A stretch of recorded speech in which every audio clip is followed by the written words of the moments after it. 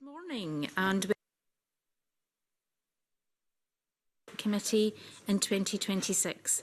I've received apologies for today's meeting from Paul Sweeney. The first item on our agenda is for the committee to decide whether to take items 9, 10 and 11 in private. Do members agree to take these items in private? Thank you. The second item on our agenda is to take evidence from a panel of witnesses on the work of Food Standards Scotland and the first National Good Food Nation Plan, which was published in December last year. I welcome to the committee Professor Mary Brennan, Director of Living Good Food Nation Lab, University of Edinburgh, Heather Kelman, Chair, and Jeff Ogle, Chief Executive, Food Standards Scotland. And we'll move straight to questions and David Torrance. Thank you, Convener. Good morning, everyone. To what extent has Food Standards Scotland achieved its stated outcomes and statutory objectives over the life of its previous strategy? That's a good opening question. We've been incredibly busy over the period of our last strategy. As people are aware, we went through a few changes with COVID, etc. But we've managed to do most of the things we'd intended to do. So we've progressed with our building up our public health nutrition response, understanding a lot more about diet and putting lots of monitoring and evaluation in place so we can watch where we're going with those things. We've obviously kept our food crime unit going and investigating lots of incidents and managed to get a couple of successful prosecutions for people that have failed to follow food law. We've built up our ability to answer the things that used to be done by the European Food Safety Agency. So when we came out of the EU, at the time we left the EU, all the assessment of new products, new foods, novel foods, were done in Europe, and that had to be brought back into the UK and set up between ourselves and the FSA in England, Wales and Ireland. And so that process was launched, set up from scratch, launched, and has been approving products over that time. Not as quickly as we would like, but it's a very intensive programme to do for one country when we were previously sharing that workload with 18. So it's been a bit challenging. Jeff, what have I missed? I've missed a bit of a chunk. What have you missed? So I think the other thing in the last strategy, I think we've made good advances in terms of development of digital data capability.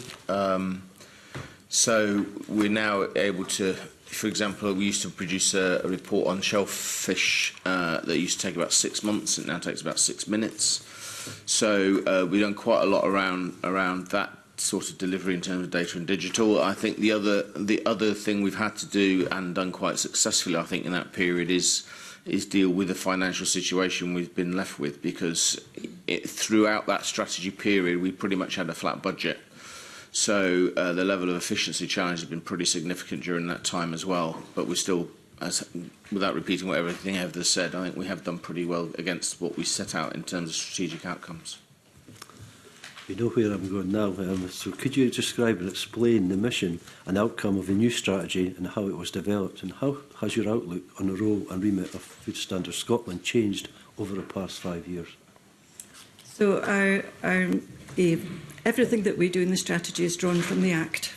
And this time, because of the tightness of our resources, we've actually gone back to first principles and looked at what we're required, what our functions are defined in law. And that's where we've taken our strategy from, really going back to that original purpose for FSS and trying to strip out anything that is not absolutely directed at those priority areas. So obviously we're a public health body. We're very proud of the fact that the whole point of Food Standards Scotland is to protect the public from harms associated with food. That was where we came from with previous food incidents. So we're very proud of that, and that will always be at the front as our responsibilities for public health and protecting the health of Scotland. Whether that's in the short term about protecting from initial harms from food, or doing the public health nutrition leadership role, which is trying to improve the food environment to protect people from the harms caused by eating the wrong diet. Do you want to talk about the food safety element? Yeah, I mean the starting point for us actually was we did an assessment. The World Health Organization produced a strategy which kind of set out, if you like, the criteria for an effective food safety authority. So we did an assessment against that as a kind of, if you like, an independent measure of what a successful food safety authority should look like. And that was kind of the starting point in terms of how we then built up from that in terms of where we were against that, which actually we did pretty well against, and used that as a kind of basis for us to kind of develop our thinking further. I think the other thing that was really quite important is, I mean, the first strategy was knocked out by Brexit. The second strategy was kind of affected by COVID. So we've quite deliberately this time tried to build in as much flexibility and agility into the strategy as we can, given that the one thing we've learnt from the others is there's a lot of external factors that influence what we do that we can't necessarily shape or influence, but have to respond to. So, you know, the latest, you know, the SPS work that we're having to do now is, you know, that's a decision made by the UK government. It's supported by the Scottish government. But given its impact on food law, it's not something that we can say, well, it's not in our strategy, it's not in our plans, we're not going to do it. So, you know, we've had to be quite flexible, I think, this time, quite deliberately.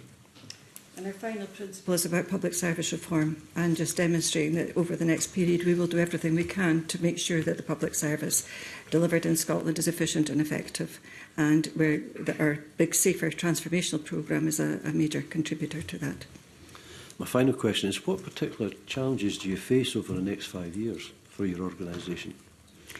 If we start with the immediate, we're obviously very concerned about, well, not concerned, the SPS agreement that we're going into with Europe. That will give us a huge challenge in that all the legislation, 1,300 pieces of legislation that we've prepared over the last while has now got to be reviewed again closely and identify those areas where we've differentiated a little bit from Europe. So that will require a number of instruments coming back. So I suspect this committee will also be challenged by that in the months ahead. So we've got that, and that's really difficult. And we've estimated anything up to possibly needing to identify 30 members of staff to help us with that work, given the timetable that we're likely to be expected to deliver that on. We've done some internal restructuring to try and release some staff to already get started on that work to identify where the differentiation between ourselves and Europe lies.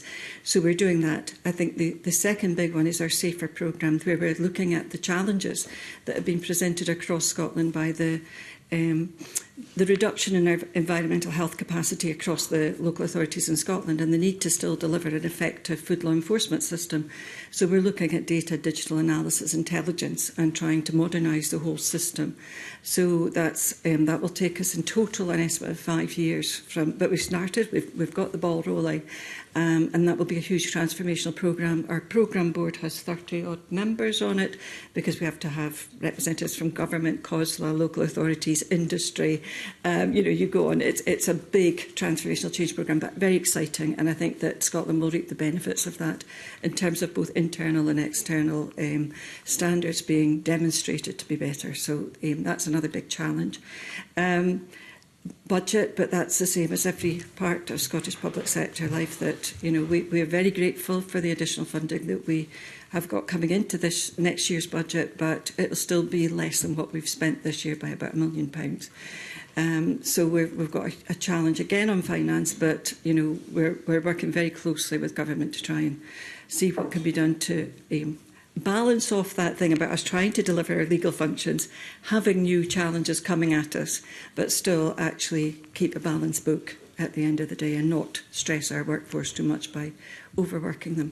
I would add, I think post-election, regardless of the result and regardless of the parliamentary makeup, I think there's a serious question that does need to be asked around public health and dietary health and what needs to be done to actually fix it.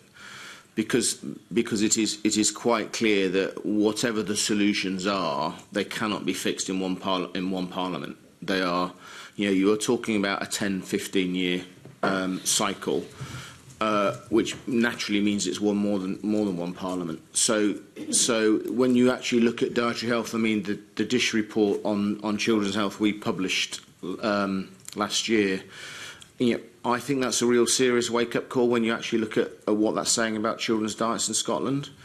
And, has change happened? Yes, it has.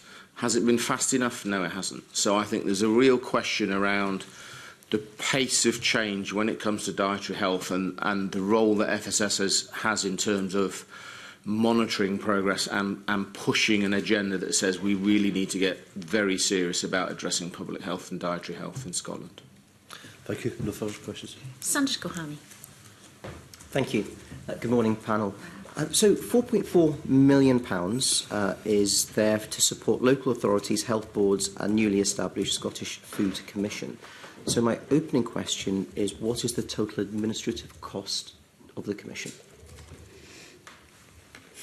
Well, we are not the Food Commission. Do you know, Mary? Okay, so I'm here primarily in my capacity from the University of Edinburgh, but as I believe the committee is aware, I am one of the Scottish Food Commissioners and have been appointed to the Scottish Food Commission. The arrangements and the details regarding the budget to the Scottish Food Commission are still being finalised and confirmed between the chair and our new chief executive who started on the 5th of January. So we're in the very early stages of how that allocation for the Scottish Food Commission, and in particular how the support that would go to relevant authorities to support the work of the Good Food Nation and their local Good Food Nation planning, that is still to be confirmed. It's not great that we don't have clear monetary figures. Okay, so what modelling? We can. I certainly can come back to you with that. As I explained, I was invited primarily in my capacity from the University of Edinburgh rather than as a Scottish Food Commissioner. Okay. So just staying with your profession. But I will go back to our chair and chief executive, and we will send in a written statement. Thank you. So just staying with you, Professor Brennan, so what modelling's been done on the cumulative regulatory impact on small Scottish food producers? By the Scottish Food Commission or by anyone when this was... Okay, so, and you mean the cumulative effect of regulation? Yes. That is not something that I have been involved in through the Living Good Food Nation Lab, and certainly not something that has been undertaken by the Scottish Food Commission as of yet. I think there is a balance between the burden of regulation and the flexibility and agility that is provided to food businesses, but also the responsibility that those food businesses have to supporting the food safety and public health ambitions, and also our environmental ambitions of the country. So I think we have to be very careful about framing regulation as a burden on businesses. Regulation is there to support businesses to operate in a way that ensures safety, sustainable and fair conditions for the public and for those organisations. So we don't have safe, sustainable and fair? Of course we have safe. Business. Of course we have. Okay. And that's where regulation and where legislation and policy plays a role in that. So the use of regulation, legislation and policy is there to provide us with the confidence and the enforcement mechanisms to be able to ensure that our food is safe, healthy and sustainable. But you say it is now? Yes. Okay. And so what safeguards are in place for rural economies, particularly for livestock farmers? In relation to the Good Food Nation Act itself. At the heart of the Good Food Nation Act and the legislation is a vision that is trying to make us more connected across the different outcome areas. Okay, those outcome areas are differentially weighted to different actors within the system, okay, and matter to them in different ways and are of more interest to them in different ways. As a result, we have to be extremely cognizant of what new legislation might be, the impact that it might have, but we also have to be aware of what we're trying to achieve through that legislation. So rural and island communities are very much at the forefront of our thinking.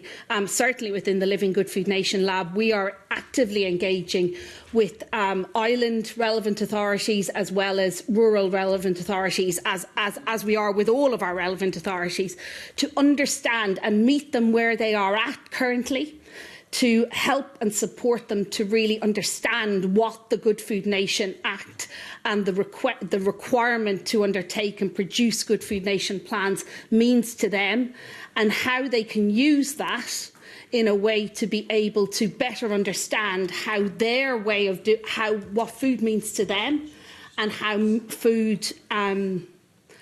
what food means to them, and how that relates to the outcomes that are laid out in the Act. They therefore have flexibility at the relevant authority level, both in terms of our local authorities and health boards, to be able to understand how they relate to those outcomes, but also what makes them distinctive and what are their priorities and the way in which they want to take forward their Good Food Nation vision within their local communities and their regions. So just staying on that, if I could possibly turn, when do you envisage Section 10 to be commenced?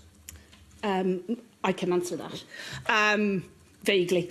It is my understanding that Section 10 is likely to be commenced, or a decision will be made on Section 10. And I take this from the perspective of my position at University of Edinburgh and the interactions I have with the Scottish Government Good Food Nation team in advance of the pre-election period beginning. Can I just add a point? I suppose when you look at the regulatory burden, it depends on which lens you look at through. Because certainly, if I talk to counterparts like David Thompson and FDF, they all talk about the cumulative effect of regulation on businesses across a spectrum, whether it's food safety, environment, or whatever. So there's the cumulative effect of regulation across government that affects business. Certainly, from our perspective, we don't default to regulation as the answer, and a good example of that recently, when we were looking at things like allergens and changes to allergens, we were quite clear that actually regulation at this stage was not the answer. There are certain areas where we think regulation would be appropriate, but we're also quite conscious that to be able to put in place regulation, you've got to be able to say, actually, this is justifiable, and then you have the business impact assessments and those sorts of things. So we are quite conscious of the cumulative burden of regulation on businesses, but at the same time, from our perspective, we are actually looking at what the best mechanism is in terms of protection of public health, and that will be the primary driver of it. And it's not a default that says regulation is the answer to that particular question. I mean, the question was very much centred around modelling, because obviously losing businesses would be even worse for our health if we have to bring ones in. And my final question is, of the 51 high-level indicators, what do you think or would say are the core couple? Is this the indicators in the Good Food Nation plan? Yeah. I mean, I think from looking through the plan, we've provided, Food Standards Scotland has provided a number of routes by which the indicators can be measured. That's been our work of our team, both our food science team and our nutrition team, is to look at that. And I think they've pulled out the indicators that from our remit matters most around health, children's health, food safety, because a good food nation actually requires food to be safe as well as quality and healthy. So we've contributed as much as we feel is the best, most robust indicators to that. And the surveys that we do jointly with the Food Standards Agency every 2 years will gather that data from the public and from our surveys that we do with the Scottish Health Survey every period that it comes round. We developed Intake 24 so we can look at the diets of people in far more detail, including children, for the first time. So we'll be able to monitor the diets of children and adults throughout the period to see if we're actually impacting on change. I don't know if that quite answers the question. I think it's very important to appreciate why there are 51 indicators. Now, I am not saying that necessarily they are all equally weighted, but this is a very complex systems vision that the National Good Food Nation Plan is presenting across multiple outcome areas that have huge quantities of scientific evidence underpinning each of those outcome areas. And therefore, while 51 may seem a lot, it is also identifying what is the range and the connection and the relationship within and between those indicators and across the outcomes. That's why. So I am very, very reticent to say that there are ones that are more important than others. Sorry, forgive me. I didn't say more important. I said what are the core indicators?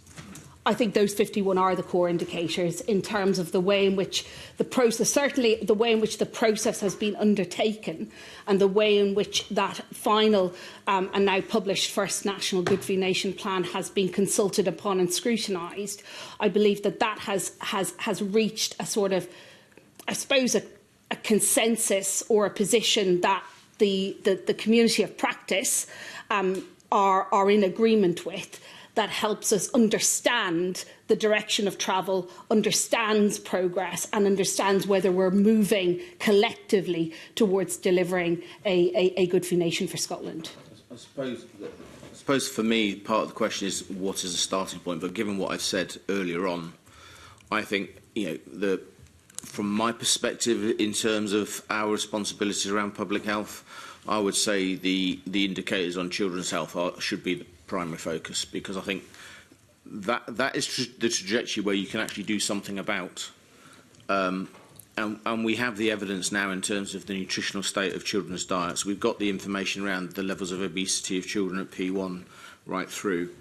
Going back to what I said earlier on, there is an opportunity here to actually say, there is something we can actually start a journey on and monitor and measure and see if there's actually going to be progress made. And for me, that would be the indicators around children's health. And the data does matter, but also the ways of working and the partnership and collaboration across relevant authorities, across public agencies, within government and across Parliament is also central to the sort of success and the driving forward of those key outcome areas and the underpinning indicators. Thank you very much. Thanks, Convener. Good morning to you all. Just picking up on the issues around regulations and business and this first Good Food Nation plan. This is the first plan. And when Minister Jenny Minto was here the last time, she said it will change, it will evolve as science and nutritional advice and as evidence and research allows us to make the changes and recommend the changes. But my concern is public health is a huge concern for me. Obesity in Scotland, childhood obesity. So we heard also from Dave Thompson from the Food and Drink Federation about calories that have been removed from products. And you all know my interest in ultra-processed food, but ultra-high processed food, calorie-dense food that's manufactured to be hyper-palatable so that people will consume 1,000 calories before they even think about being satiated. So, but I would like to hear about comments from you around this Good Food Nation plan and how it does help to focus on the complexity of the food system in order to support a public health approach with balance that supports business as well. That's a really good point, Emma, and I think that when I've reread the Good Food Nation plan, the bits that we have an impact on are obviously the elements to do with food safety, leading on public health nutrition, but what I like about it is that it goes beyond that. It goes into making sure that rural communities are well supported, that people working in that sector have a decent wage, that we're actually building an infrastructure that reflects all aspects of public health in the food businesses. So I think that's a really important thing. It's not just about the food we have on our plate, it's about the environment we live in. So there are some really clear targets within the plan that talk about children's nutrition and free school meals, etc., and improving education within schools and all that kind of thing. But there's also some that are far more generic about income and people's ability to live and choose to eat a more healthy diet, because we know that choosing to eat a less ultra-processed diet is more expensive than choosing to eat one that's easily available and easy to cook and prepare. So we can't do without UPF completely, but we believe that this is a start towards encouraging people to re-engage with fresh food, with food that they can grow within communities and everything. So there's quite a depth for me that the reason it's not just us, it's a whole host of other agencies and departments across government that take into account the environment people live in, the work experiences they have, the educational experiences they have. I think that is a true public health approach where you look at all the pillars of good public health.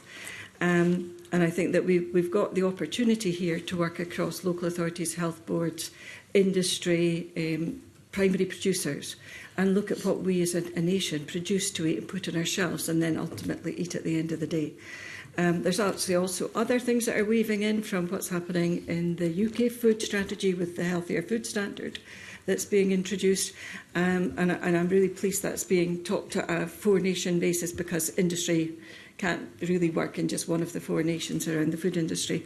But that will give us a chance to look and monitor at what is actually being sold and provided to people in terms of health balance across the width of a diet. And hopefully, with all of these individual actions coming together, we'll start to see a momentum back towards people eating fresher, more satiating foods that will nourish our bodies better and look after our children better.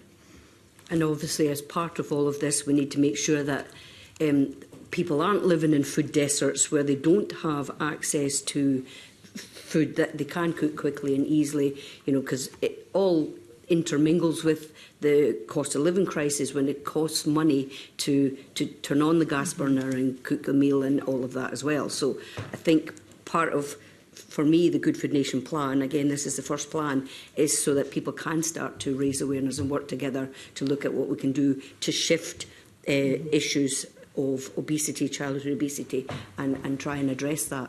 And I think, Emma, one of the things that I'm really excited about going forward is how through the next period, as relevant authorities engage in developing their local Good Food Nation plans, we can really get into the sort of detail about what that means in different localities and different regions across Scotland. We can really understand where the common ground is and where we can operate collectively, but also what might need to be understood in terms of different geographies, in terms of different socioeconomic demographics, and in terms of different sort of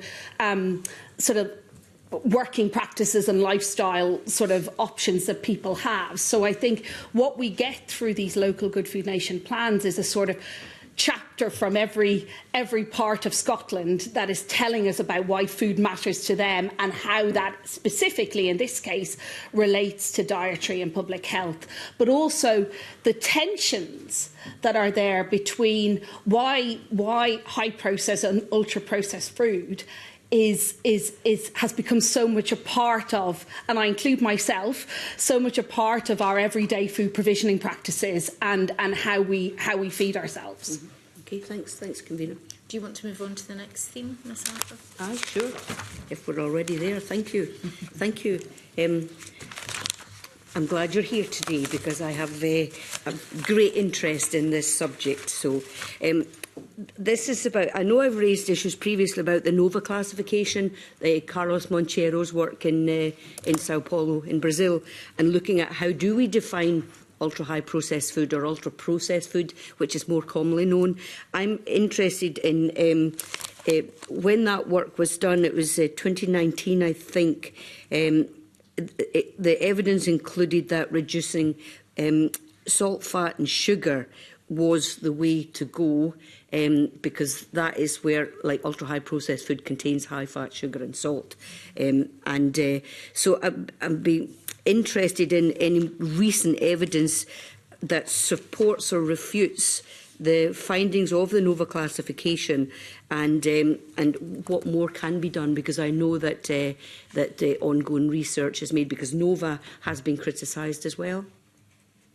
Yeah, the categories for NOVA were criticised because they're very difficult to categorise the food into. I mean, it's a very non-scientific definition of food. You know, you can get ultra-processed foods which are very healthy, but also ones which are not so healthy.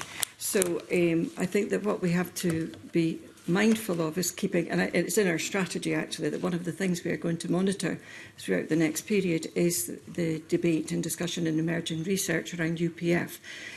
Obviously it's part of our role to look at emerging food patterns and trends. So we have got it in our strategy that we'll continue to monitor that. Now, I don't have off the top of my head, I did read a really interesting review.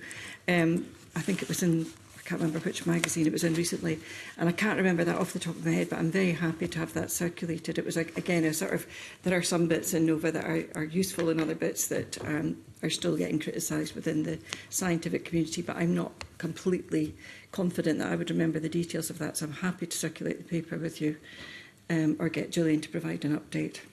Okay, thanks. I think Gillian's our head of nutrition for anybody that doesn't know. So, I think as a social scientist as well, I think it's important to note that, you know, the being able to define ultra-processed foods or high-processed foods strictly from a sort of scientific perspective doesn't necessarily give us all the understanding and evidence as to what that then means for a societal or political or policy decision in relation to ultra-processed foods, and how you look at the trade-offs and the tensions between economic, social, health and environment when you're considering these. So I think part of the journey going forward, I think, will be to engage in some of those really difficult discussions and tensions and trade-offs, and to make sense of what they mean and how they relate to Scotland's ambitions from a good food nation, and specifically from public health and dietary health. I think for me, you know, informed consumers is the best mechanism in a way to manage this. I mean, it's interesting because from a policy perspective or a public health policy perspective, you can have loads and loads of conversations around, is this classification right, or is that one better, or what about this, and should we change it to this, and let's have a 1A, 1B and 1C and substratify. You can go for all that. At the end of the day, you know, the bit where I think the UPF has helped the debate is the point that you made about the level of content of high fat, salt and sugar. You know, and for me, the strongest public message at the moment is, if you've got a concern about ultra-processed foods, do not eat high-fat, salt and sugar products, and you will not be eating ultra-processed foods. So I think we need to do whatever we can to provide clarity and transparency for consumers, but also at sometimes we just need to be quite clear around what the advice is. And the high-fat, salt and sugar, very poor nutritional value foods, they are the ones we should be saying to people, don't eat those, you know, avoid those foods. They're nutritionally poor, calorie dense, and they will not help your diet. The debate about the classification helps and go on in the background, but we shouldn't be distracted by saying, to be able to give consumers some good advice, we've got to actually redefine the classification. We can do that, but let's not use that as a reason not to actually do something and give some clear messages now. And I'd just like to add a point for fibre. If people could eat more fibre, I'd be very happy, because it's such an important part of our diet, and actually that's one of the things that's missing in UPF foods is good dietary fibre. And it's, you know, we're revising the Scottish dietary goals at the moment, and we're even more keen that we see an increase in fibre intake because of the impact that has on bowel health, which has an impact on mental health, and so on and so forth. So it's, you know, if there's one thing that I would love to see is people eat more vegetables and fruit and wholemeal products. So, just to come back, Jeff, on the issue of high-fat sugar and salt, there's also, I mean, are you aware of current research being done looking at the chemicals that are being added, like stabilisers, emulsifiers, flavourings, colourings, and how that affects people physically and mentally as well? Because I talk about being satiated or not. Some of the additives to the food switches off your brain's ability to say, I'm full, I'm done. And so there has been people proposing that some of this stuff that's added, all these chemicals, affects your ability to, you know, be satiated. I mean, we're not doing any specific research on that. I mean, it is something we're in the UPF debate. It is definitely something we're aware of. I mean, from our perspective, anything that's going to be added to food, whether it's an emulsifier, an additive or whatever, has got to go through a safety assessment, has got to be risk assessed, and it's got to have a regulatory approval attached to it before it can be added to food. The issue also, though, with some of these things is how the science develops. So from our perspective, we wouldn't say, well, once we've done an authorisation, that's it, forget about it and move on. But I think, so we do monitor the scientific debate, but at this point, I'm not aware of strong evidence. I'll go back and check with my team on it, and I'll come back to you on it. But I'm not aware of evidence that is of such clarity to us that we say actually there are certain things we need to look at again and reevaluate. There's nothing on my radar that's suggesting that, but I'll come back to you and confirm that. Okay. Okay, I'll move on to the recommendations of reducing red meat and dairy consumption in the Scottish diet. But when I looked further, it's not just reducing red meat, it's red and processed meat. So I think we need to remember that. I come from a dairy producing region and beef producing region, and the recommendation is 70 grams of red or processed meat every day. I believe that 2/3 of people in Scotland are already under that 70 grams a day, which means, and we took evidence at Rural Committee when we were doing the Good Food Nation plan and the climate change plan, that means 1/3 of people are over. So I think we need to remember that 2/3 of Scottish people are under 70 grams. So what advice would you give the government, or have you given the government, about this 70 grams of red meat or red or processed meat, and also the reduction in dairy? Because I think there'll be some kids out there that if they didn't have half a pint of milk a day, they wouldn't get the calcium that they needed, or the micronutrients that's needed. So that would be my concern in this world that we're living in with food banks. Well, we've done a fair bit of research. We were commissioned to have a look at the recommendation of the Climate Change Committee about reducing red meat consumption and red processed meat consumption and dairy consumption. And we did a lot of research looking at the nutritional status of our children and adults and their diets, and what the impact of that would be. And the conclusion that we reached was that we shouldn't make any change to the recommendation. There's an issue of balance between making sure that the public has the right nutritional profile in their diet to sustain health, but also being aware that overconsumption over the 70 grams contributes to climate emissions into the climate. And so we stuck with our original recommendation with a focus that perhaps those that eat more than the 70 grams a day should come down to that. We're currently reviewing the Scottish dietary goals again. It is possible to reduce red meat further, or red processed meat products further, and still maintain a healthy diet, but it's not. You need to put a lot more effort into thinking about the balance of foods that you eat. So it's not straightforward to actually just say, oh, well, we'll recommend that we reduce red meat to X amount per day, and the balance will be there. Some people could manage that diet, but at the moment, there's strong evidence that some people are dependent on those foods for their nutrient intake, especially the elements like iron, selenium, etc. So we've stuck with the 70 grams a day. And we recognise, but actually when you look at the Eat Well Guide, the recommended diet for the UK, if people followed the Eat Well Guide, we would have far more emissions reduced by not eating the foods that are not within the Eat Well Guide. So we actually really need to stay focused on encouraging people to follow the Eat Well Guide and try and achieve that dietary balance with more focus on fibre, vegetables and fruit, and less on the high processed discretionary products that consume and emit emissions across the world. Okay, final wee question.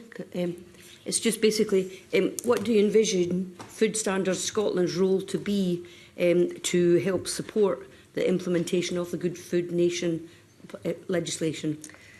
Well, we're carrying on monitoring. Our main role is to provide the scientific base for public health nutrition. So we've done that. That was right at the outset, and we'll continue to monitor what good evidence there is around what diet should be across Scotland. We'll continue to monitor people's eating habits. We'll continue to monitor through the health survey, what people are eating and the contribution that's making. So we don't actually do the education bit there. We've got relationships with Public Health Scotland and an emerging relationship with Scottish Food Commission, and so we'll be doing that work of actually providing the evidence base, doing a lot of monitoring, reporting back on that, and making sure that our partners across the agencies are aware of what we can do, and of course contribute to any other aspects as and when we can. Okay, thank you. Thanks, Convener. Sanders Gohan. Thank you. I like you, are very worried about the health of our children and making sure that our kids have the healthiest possible start in life. And Heather, you spoke about how you'll be able to look at the diets, and Jeff, you spoke about how indicators of children's health should be our primary focus. So my question is, what is the projected reduction in childhood obesity by 2030? I've actually found that very difficult to identify. I think one of the problems with the projection to half childhood obesity by 2030 was there was no one organisation or a body made accountable for that. So it's hard to find graphs that shows where we are. We know that we've levelled. The rate of increase has steadied. We did see some changes during COVID, but there's an awful lot of work to do. And if I'm being totally honest, as an independent lay chair, I don't think we're going to achieve the halving of childhood obesity by 2030. It's too little, too late now. We've only got a few years left of that, 4 years left to go that. But that doesn't excuse us from not making the best possible effort to look at those very young children and see that if we can't have a major impact on children at age 5 being obese or the younger childhood age group. But I don't believe we'll have it, and I don't have any data or seen any data on current projections of where we'll be in 2030. Thank you. Thank you, Gavina. Good morning to the panel. My topic as well. I just want to go back to. I want to talk about the food system and population health and priorities.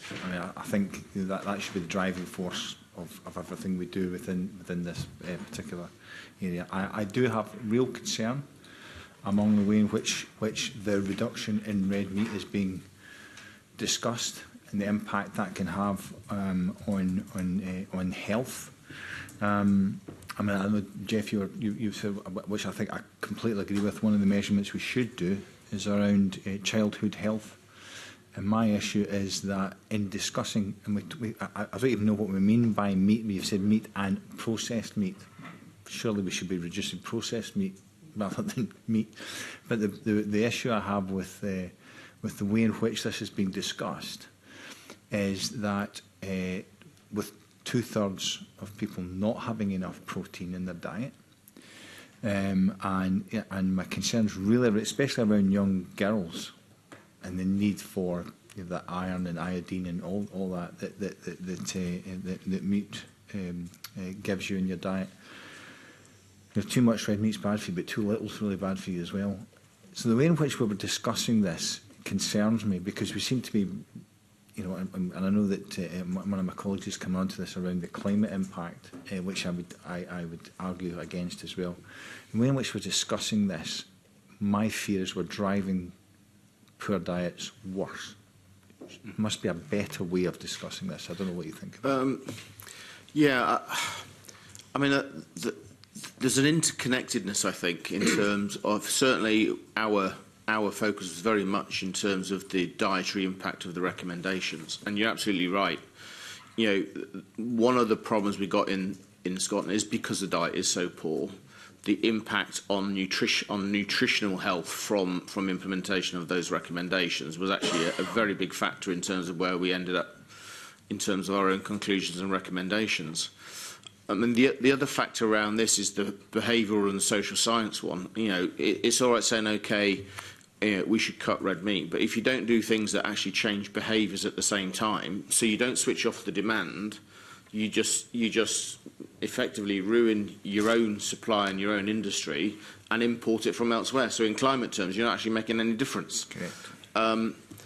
But But for us, you know, the conclusion was, if you actually look at where we are in terms of the Scottish dietary goals and where we are in terms of the Eat Well plate, and the meat one is a good example, because yes, you know, in terms of where we are at a macro level, it looks like it's okay. But if you look at certain demographics, and unfortunately, Brian, we're in that over 50 male, there's significant overconsumption of red meat.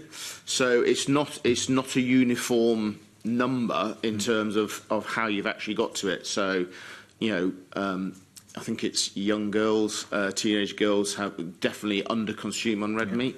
So you've got different demographics with different consumption patterns. And our conclusion was, you've got the information that says we're not meeting the Scottish dietary goals. There's far more you can do to actually deliver against the Eat Well plate. And if you do that, you will make significant impact on climate change without having to change anything else other than actually doing what we say should be done. But for us, very much, it was actually, you need to understand the nutritional consequences of those recommendations, which is where we came from in the end around the health impact. Specifically was the factor that influenced our recommendations. And there's a second aspect to the red meat reduction, that before we actually really started talking about climate change in red meat, we did have a maximum target for red meat, and that was to do with the associations with colorectal cancer. And that evidence is still there, so we're not saying unlimited red meat. That's why we've got this maximum daily limit, because there is still that scientific link between red meat consumption and colorectal cancer, which we can't ignore.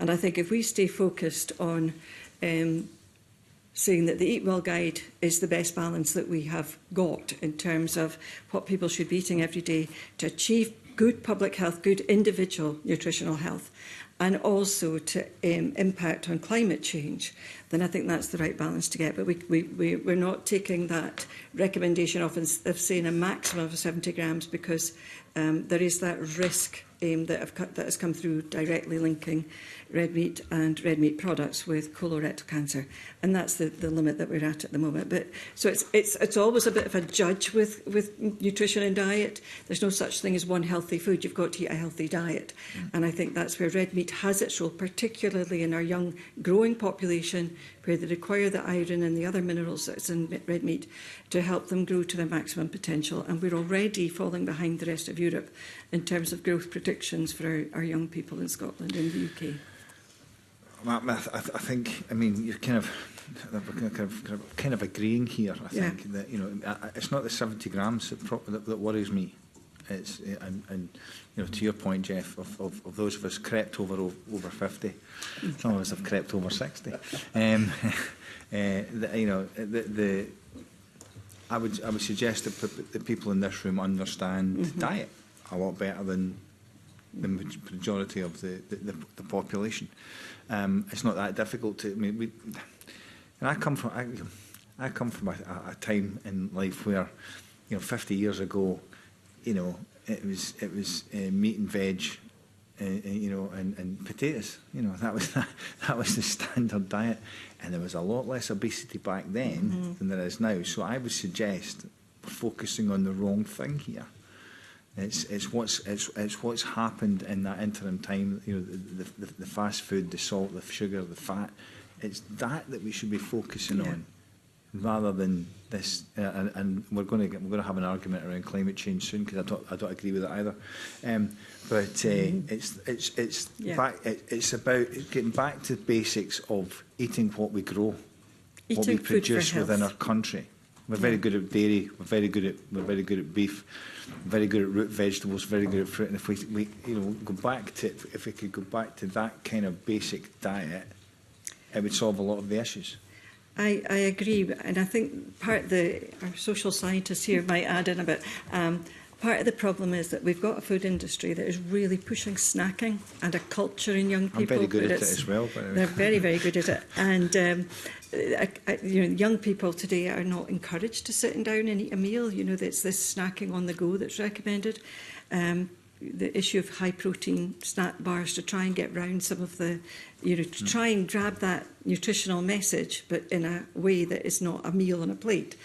And that's where we've been trying to focus on the food environment and actually trying to work very closely with industry to try and raise awareness that that's really, you know, in some ways they've got to look to their long-term future, and that is not a sustainable way. If they don't want their population dying younger from more diseases, they need to back down. It can't be expansion of growth of snacks at the cost of actually people eating a good healthy diet. And it's actually, I read one of, I think it was Mondelez's report on snacking, and it's scary what they want to do. Push these snack products to the point that we don't eat meals. So, I mean, one of the battlegrounds, you know, if those that are playing bingo, buzzword bingo, one of the battlegrounds for me is around public procurement. And I think the Good Food Nation bill and bills like that have got the capability, or should have the capability, of driving, you're saying sitting down eating a decent meal. We have the Good Food Nation bill has the ability to do that. And I know that the East Ayrshire used to be the 5-star, even they're falling away now. At a time where I think we should be pushing that harder. So where in the Good Food Nation bill? Because I think I'll be honest with you, I think it's fallen short of what it could be. It could have been a lot more powerful than it currently is. And hopefully next term it will become that. So that is the sort of education system, the health system, prison system, whatever, where that is that not where we should be focusing? I'm going to look to our colleagues at the Scottish Food Commission, because I think that's the big opportunity that the Scottish Food Commission gives us, just to work with the local authorities, with public authorities like the health boards, and really push the procurement side to get more fish, meat, etc. back into the plates, have that meet the Eat Well guide through the food that we're actually producing through public bodies. Absolutely, absolutely. I mean, I've been working in this area for many years, and I think there is huge opportunities, but we have to be cautious. I was reading your excellent scrutiny report from the September scrutiny, and while guidance on food procurement practices is really important, there also needs to be the investment to be able to deliver those guidelines. And I think at the heart of what I'm hoping, and I believe the Commission more broadly and the work of the Living Lab, is to be able to better articulate the investment that public food can deliver across those outcome areas, so that by investing in better, fairer, healthier and more sustainable public food, and the workers of public food and the supply chain, we can ensure that we are delivering across those outcome areas for Scotland, not only in childhood health, but also for businesses, for our health service, for our workforces. So I think that it also comes back to, and I think there is we cannot underestimate how, from when you and I back in Ireland were growing up, how different our food environment has been, and how and I don't want to use the word unregulated, because it isn't unregulated, but there has been a lot of flexibility for businesses to evolve and develop into the sort of organisations and the offerings that they provide.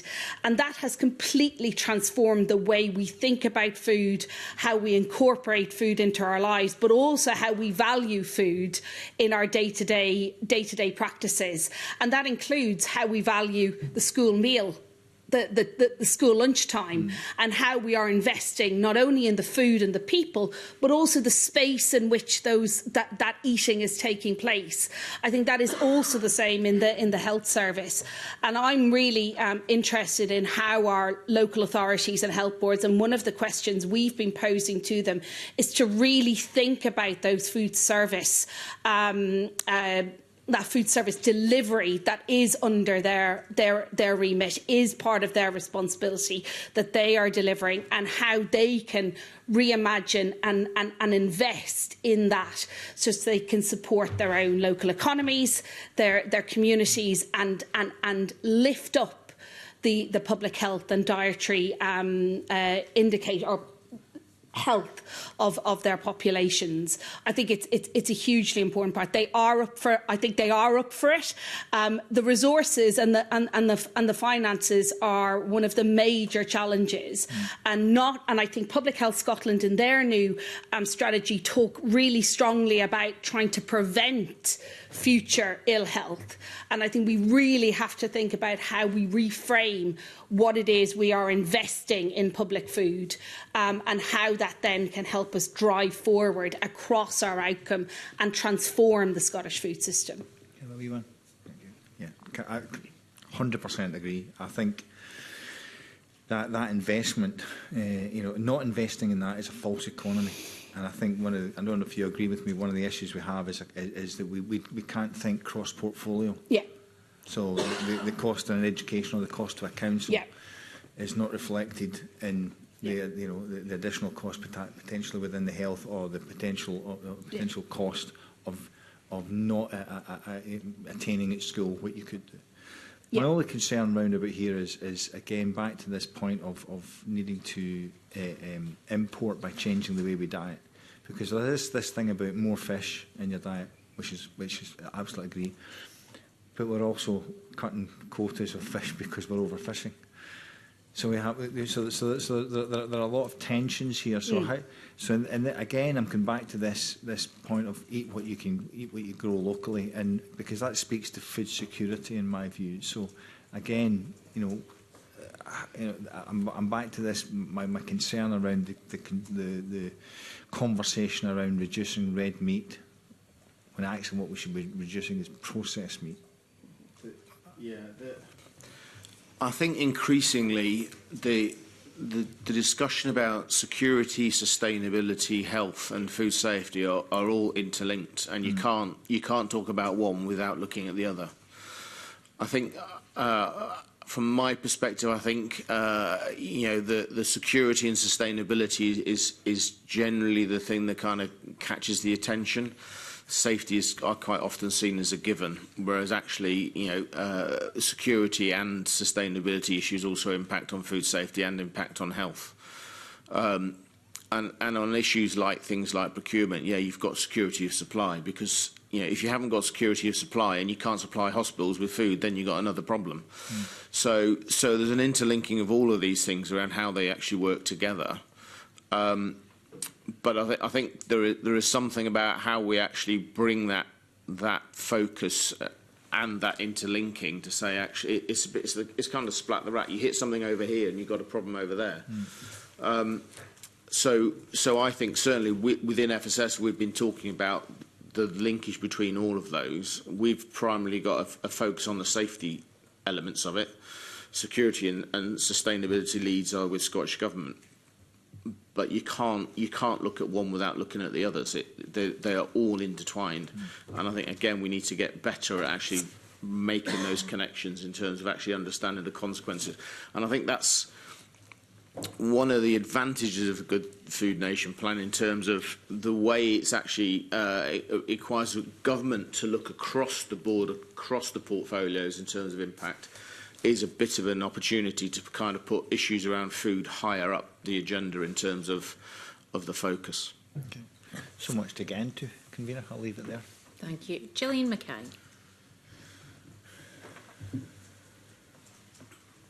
Thanks, Convener, and good morning to the panel. How will the Good Food Nation plan and the work of Food Standards Scotland align with wider government strategies on agriculture, food manufacturing and dietary goals so that production, consumption and emissions reduction are addressed in a consistent policy framework?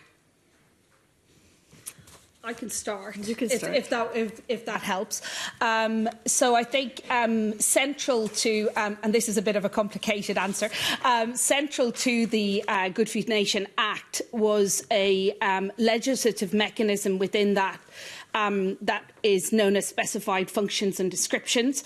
It's a piece of secondary legislation that is designed to ensure that different policy areas and portfolios have and legislation are connected to and into the Good Food Nation Act and subsequently the plan, and that they have regard for the plan and are documenting how they have regard for the plan.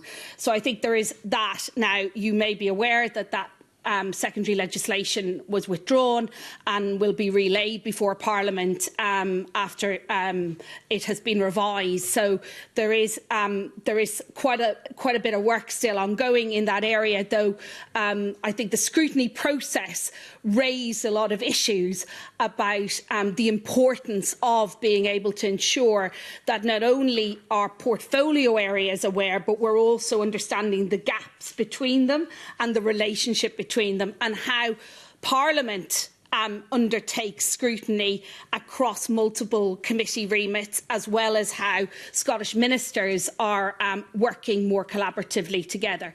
I think we also have, and this is where the role of the Scottish Food Commission will hopefully play a significant part in being able to really scrutinise and, where necessary, both highlight good practice but also highlight less than ideal practice or concerns about disconnects between policy areas and the broader vision. Because what we are fundamentally all trying to work towards is to try to navigate and negotiate how we can get the breadth and suite of policies and legislation pulling in the same direction, whilst holding in sort of tension the trade-offs and challenges that poses for us scientifically and from a policy perspective and politically and socially. So there's a lot going on there, but I am confident that the mechanism that is under revision, as well as the way in which we are approaching the development and design and the first strategic plan of the Scottish Food Commission, has this absolutely at its centre, and I'm going to use today as a call to you in Parliament and the committees to be as active and engaged with this agenda going forward, so that we can keep the connections between the outcomes and between the areas as strong as the individual outcomes themselves. Well, I was just going to say that on page 16 of our strategy, we outlined the plans that we've got for our annual business plans, because we've moved away from doing 3-year because they're impossible to judge when you don't know what's coming at you. And so we're going to be doing, and that section about navigating a complex operating environment.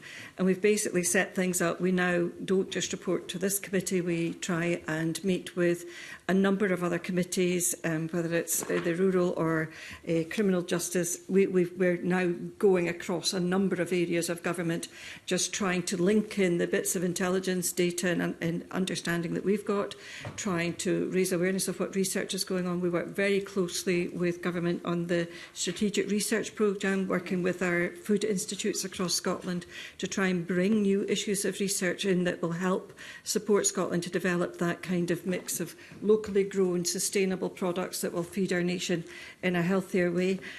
So we're trying very hard to navigate that complexity of agreement. We meet regularly with Public Health Scotland, and now with the Scottish Food Commission. I'm trying to think all the others, QMS, NFUS, just trying to make sure that interlocking Venn diagrams, we've all got a role to play, but none of us are an island. We've all got to meet at the boundaries and make sure that we're sharing evidence, intelligence, data, monitoring information, and try and pull together to work towards improving the situation. Jeff, do you want to add anything on that? Yeah, just to reinforce the point. I mean, again, on page 4 of the strategy, we say we recognise that the food system is not just about safety and standards. It is also about sustainability, equity and resilience. Our strategy takes full account of Scottish Government's ambitions for a good food nation and the transition to net zero. We will work to ensure our policies and actions support a food system that is environmentally responsible, socially just and capable of adapting to future challenges. I think the other thing I would add is, certainly from my perspective as the Chief Executive, I think the relationships we have with Scottish Government are actually good relationships. We maintain our independence, but also we recognise that we do need to work with government. So, we have regular airtime with ministers in terms of being able to share any issues and concerns that we have with them.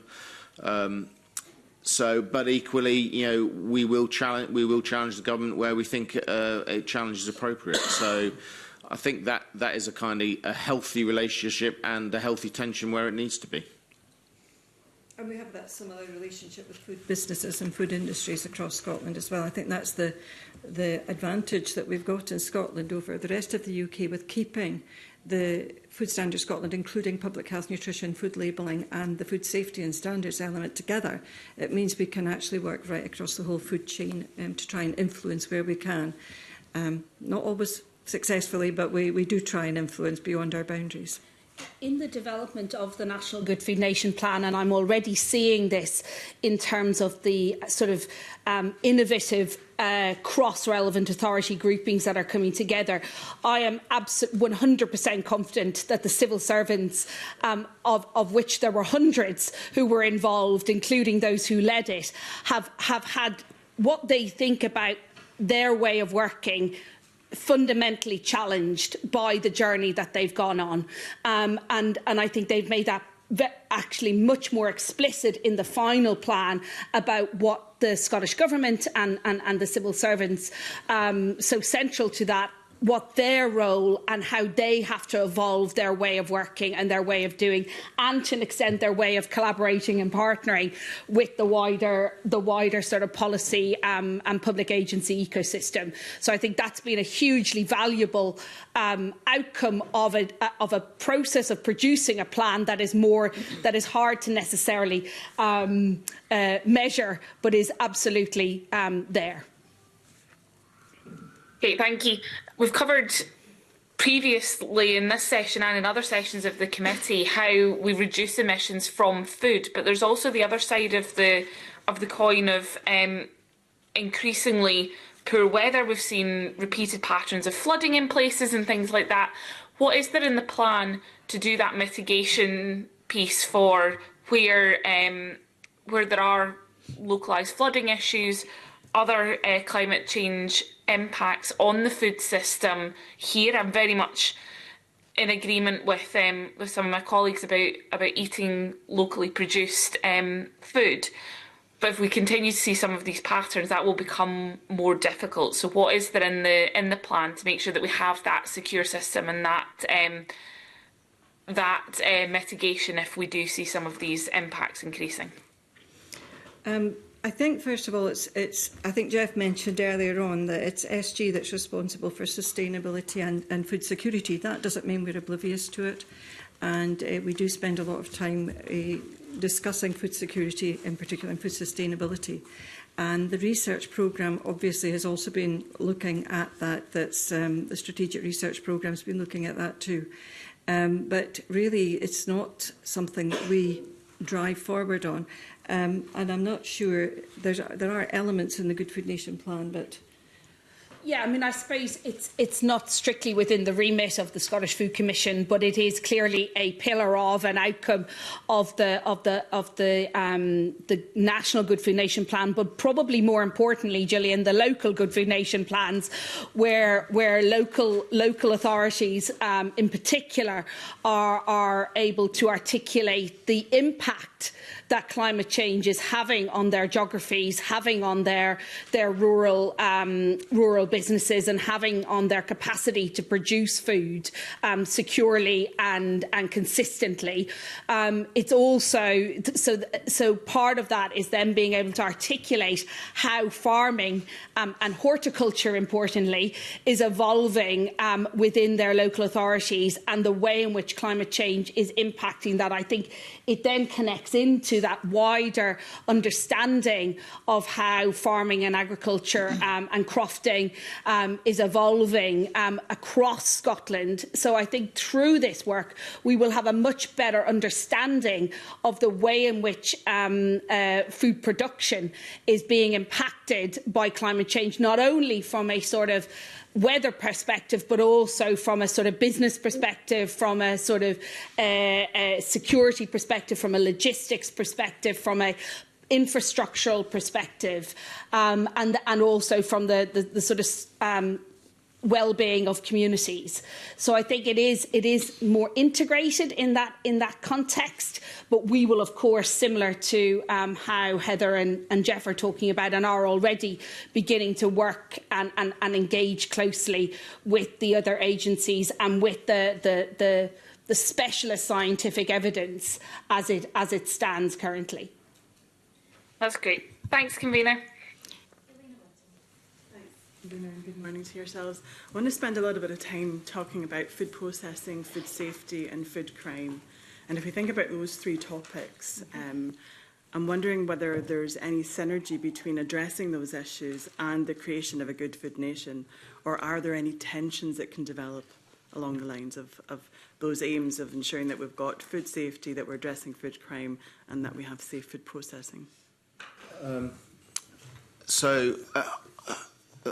The simple answer to that, on the one hand, is really that there's a legal responsibility to ensure food is safe. You know, regardless of the reason why you're producing it, the bottom line legal requirement is food has got to be safe. In terms of where that sits around, you know, for example, on crime and production. Yeah, are there any risks in that? Potentially. So, for example, if you are obligated to meet certain requirements to certain standards to a certain time to a certain volume, and you've got problems of supply, you know, would you be tempted to take shortcuts? Possibly. But that's no different really to any kind of production, whether it is under Good Food Nation or not. So if you're a business under stress or under financial pressure or whatever, that potential risk might always exist. So I don't think the Good Food Nation of itself adds to the risk or threats to the food system. And I think, you know, if you look at it in terms of some of the discussion around localism and everything else and sourcing of food, in some ways you could argue it does help, because, you know, one of the things around global food systems is extensive food supply chains. So certainly what we've seen over recent years in terms of food security and you know, as a consequence of things like Ukraine, for example, there's been quite a lot of focus on shortening the supply chain to de-risk supply. So again, there are things like that where, you know, you could argue the Good Food Nation will help drive that sort of thing. But I don't, you know, one way or the other, it's not adding or adding to the, certainly not adding to the risk. In some ways, it may be actually be mitigating it. Do you think, just because you mentioned there, obviously, shortened supply chains, and we've already heard a lot this morning about that kind of localism and that approach. My colleague Brian Whittle has mentioned looking at local food, you know, security in a local area. Do you think as well that there's an ability for the Good Food Nation plans to actually start to align with things like community wealth building, and that how that would then, if we think about food processing in a local area, that there's a kind of a golden thread that would be pulled through all of that? Potentially. I suppose if the risk, as I see it, in terms of local supply, is really around the kind of phrase, the sustainability and security of that continuing supply. You know, if you are supplying schools and hospitals and prisons and everything else, you know, those organisations will want security of supply. They'll want to know that they'll get a guarantee of supply, regardless of weather or whatever it may be. So the challenge around localism is actually, can it produce the volumes necessary for the communities it wants to supply? And that depends on the scale of what you are looking to accomplish, I suppose. So that is probably the one area, or the one thing we really do need to be conscious of around localism, is actually that particular issue. The other thing around it is actually, you know, continuing to ensure the safety of, you know, the safety of the food that's being produced. I don't think it's a binary decision between whether it's locally secure or not locally secure. I think we can go on a journey and we can increase the proportion of food that is procured locally or and when I use local, I probably mean more sort of regional, national. Of course, it's quite a contested area, but I think it isn't a binary either or, but I think it's about then how, and you're absolutely right, and we're already seeing this with relevant authorities, how they are associating this planning opportunity to connect into community planning partnerships, to connect into community empowerment, to actually address some of what Jeff just said around where are the pinch points that small and medium-sized businesses and or farmers or producers are finding in relation to slaughterhouses, in relation to local processing. Who are the actors within the supply chain, in particular wholesalers, who can really help to leverage and consolidate supply from a variety of smaller producers, and through that be able to at least increase the proportion of food that is being sourced locally, and which also is then having a local economic multiplier effect in those economies through jobs, through money staying within those regions, and driving a greater sense of economic development and activity, as well as being good socially, environmentally, and hopefully from a public health perspective.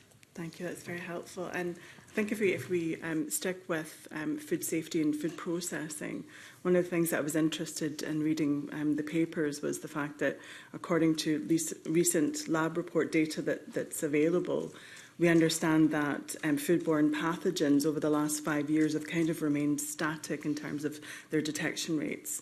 And I'm wondering if there's any information as to why that is. Is that because we're getting better at detecting it, or is that because there's still an issue in terms of food processing, that we're still seeing the numbers of those pathogens staying static over the last 5 years? I'm not absolutely sure why they're staying static. I think it's good that they're not increasing, and I think it's good that we know what we've got. We are concerned about some of them that seem to be slightly more lethal's not the right word, but there's some pathogens that are coming out that seem to have a greater effect while still within safe limits. I think that the systems we've got are pretty comprehensive in terms of the food producer doing a lot of monitoring, local authorities doing monitoring, and we then do some on top of that. I think there's possibly an opportunity to look at, now that we can do the genome sequencing, we're starting to look at the one path type thing to try and work out where are these pathogens originating from, where in the food chain or in the environment are they originating from. So I think this is an interesting area to watch over the next period of strategies, to try and understand more where are these things coming into the food chain from, and can we get a bit more root cause tackling going on, rather than just constantly trying to put out fires. But we've not. I'm going to hold on to the desk. We've really not had hugely big issues in recent years, and I think that's testament to the work that's done to keep food safe. Jeff, you want to add? I can provide a note with a bit more detail. I think Campylobacter has started to increase again. I think all pathogens, the volume of foodborne illness went down during COVID. I think the other thing we're starting to see a little bit more is some of the consequences in terms of other things like mycotoxins, for example, and the increasing risk of those sorts of things, which are linked to climate. So it's an ever-changing picture, to be honest. But we've seen over the last couple of years, we've seen that a couple of incidents have been E. coli related. We've had listeria, not so much salmonella. So they still pop up now again. Fortunately, they're not at a kind of level of significant risk to big populations. So, and actually, I think the other thing is probably different is actually, I think ourselves, the FSA and the food industry are much better in terms of the whole recall system as well. It is pretty slick now in terms of the ways in which food can be recalled, taken off the shelves quickly. A lot of the retailers can put, if you do a recall, they can put a ban on the system. So if it's not moved from the shelf, someone's to buy it, they can stop it. So there's more sophistication, I think, in terms of being able to control the risk as well, which is definitely helpful. Yeah, absolutely. And I think that a question I would have would be that is there enough resource in the system that it's there to be able to address this ever-evolving situation? You know, how do you feel about the resource? How do I feel about the resource? I suppose the slightly flippant answer is I'd always like more money. I think it is the financial challenge is always going to be there, and you know, in many ways it should be. You know, we're a public service; we rely on taxpayer funding, so there's an onus on us to be efficient.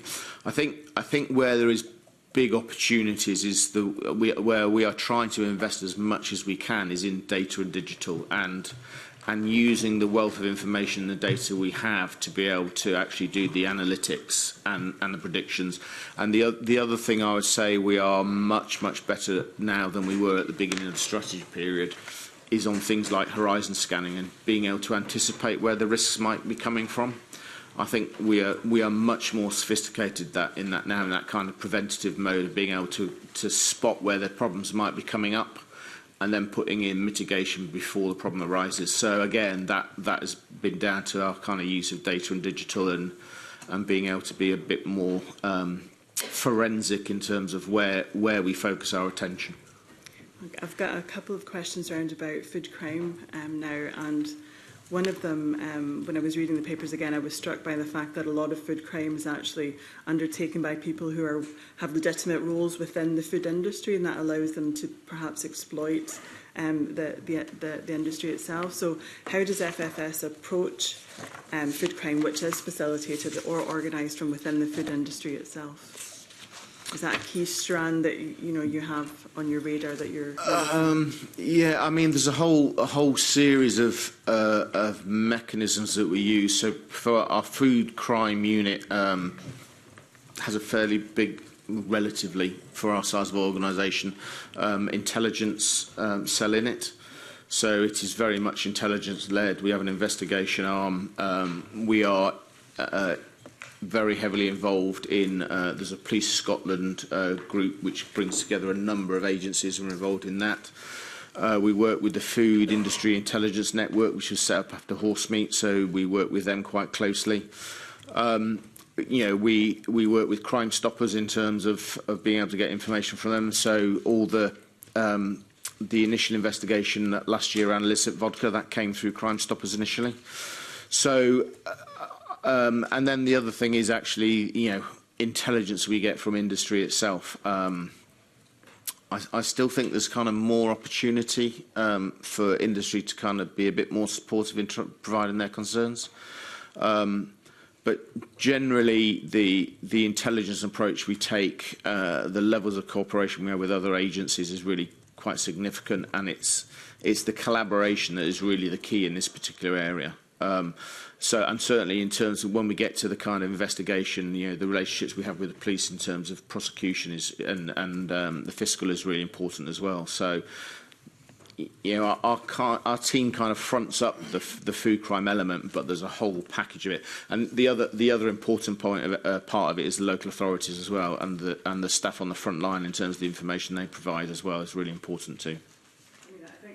That one thing that this committee, and certainly I'm part of the cross-party group on food, one of the things that we're really aware of is the big issues in terms of capturing the counterfeit vodka, that type of thing, the court case round about the misrepresentation of tea, etc. Those types of things that really are important.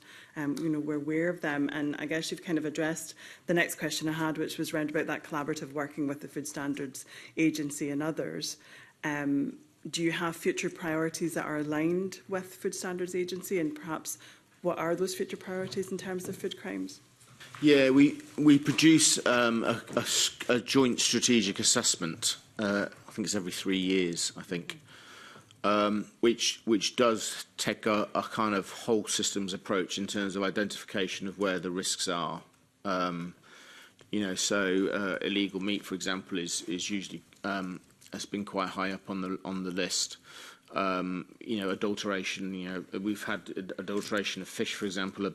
We worked internationally in operation through Opson, found a massive tuna fraud. Hundreds of millions of pounds. So we do an assessment around where we think the risks are and the threats are to the food chain, and some of that is financial risk.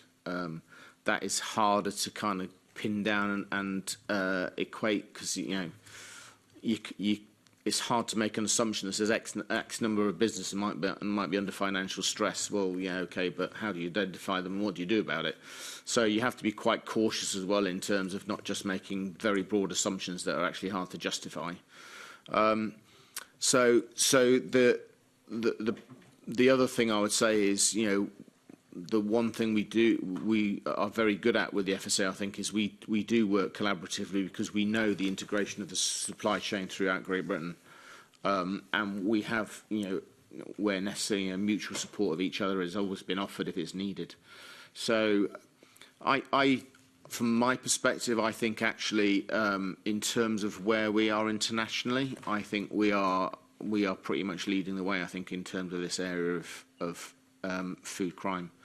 And certainly we've had a number of visits from a number of other administrations to look at what we're doing in this area.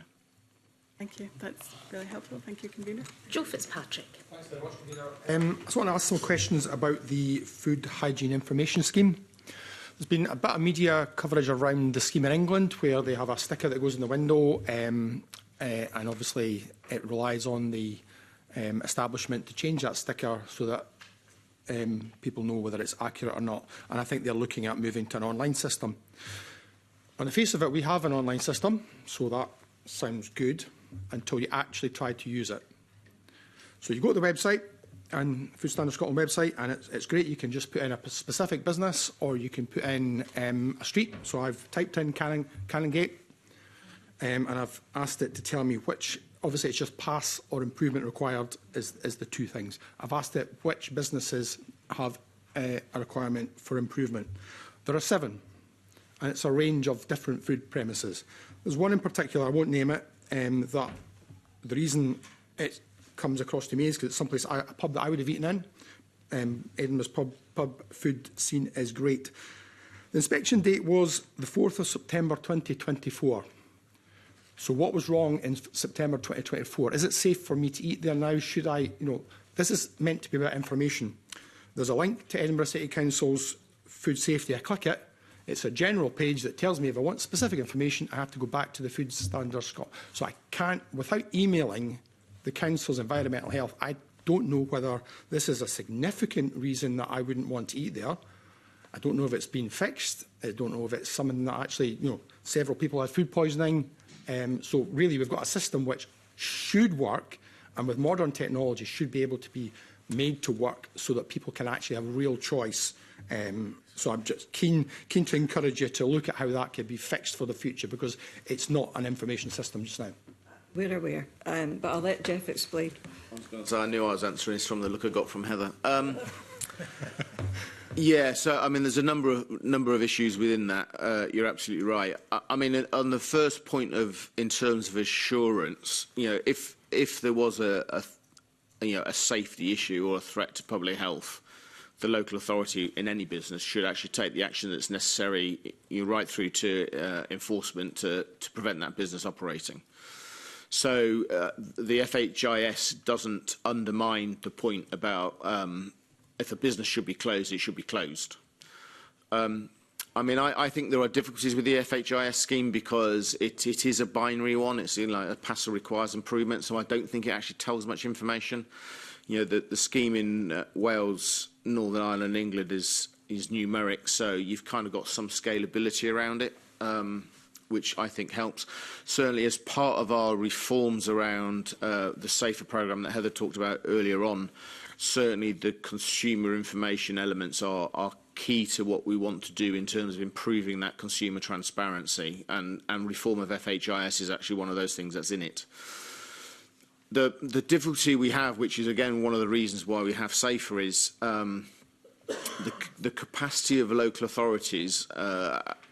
If we look at the moment, I think it's something like the estimate of resource is 46% below what local authorities are saying they need, and that is going to have an impact. There's no doubt about it.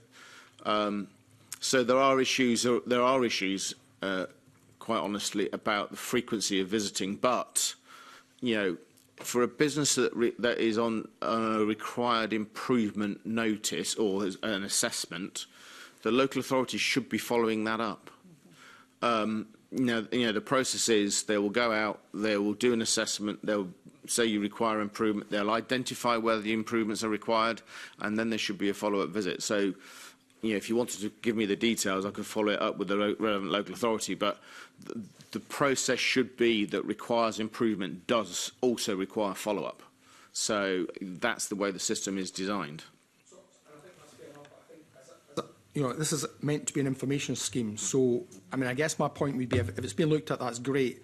But in a short term, surely I should be at least able to see if I'm taking the bother to go and look.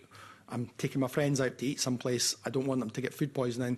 So that particular place has improvement required. Surely I should be able to easily access the report. If it was a care home that had been an improvement scheme notice, then you can go online and see. So surely I should be able to access it. Surely that's something that Food Standards Scotland and local authorities should be able to work together to get in place pretty quickly. Because actually I think that would be the thing. Right now there's really no penalty to a business that isn't in terms of customers, because customers just don't know.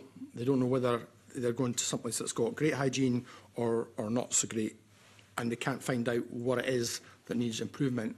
Maybe it's something that was fixed almost immediately. Maybe it was a wee mistake, but maybe it's like lack of hand washing or something like that that's actually significant in terms of passing on the pathogens that we talked about earlier. So I just would encourage you to have a look and see if something can be done soon. I'll take that away and look at it. I suppose, if the report was asked for under freedom of information, I think it would be hard to actually refuse it. The business might try and say it shouldn't be refused on commercial grounds, so it could be challenged. But my view is it's one of our core values around transparency. So and there are other aspects of the food chain where we do publish reports. So I'll take it away and look at it. Thank you. Can I thank the panel for their evidence this morning? I will now suspend the meeting to allow for a short break and a changeover of witnesses, and we'll suspend for approximately 10 minutes.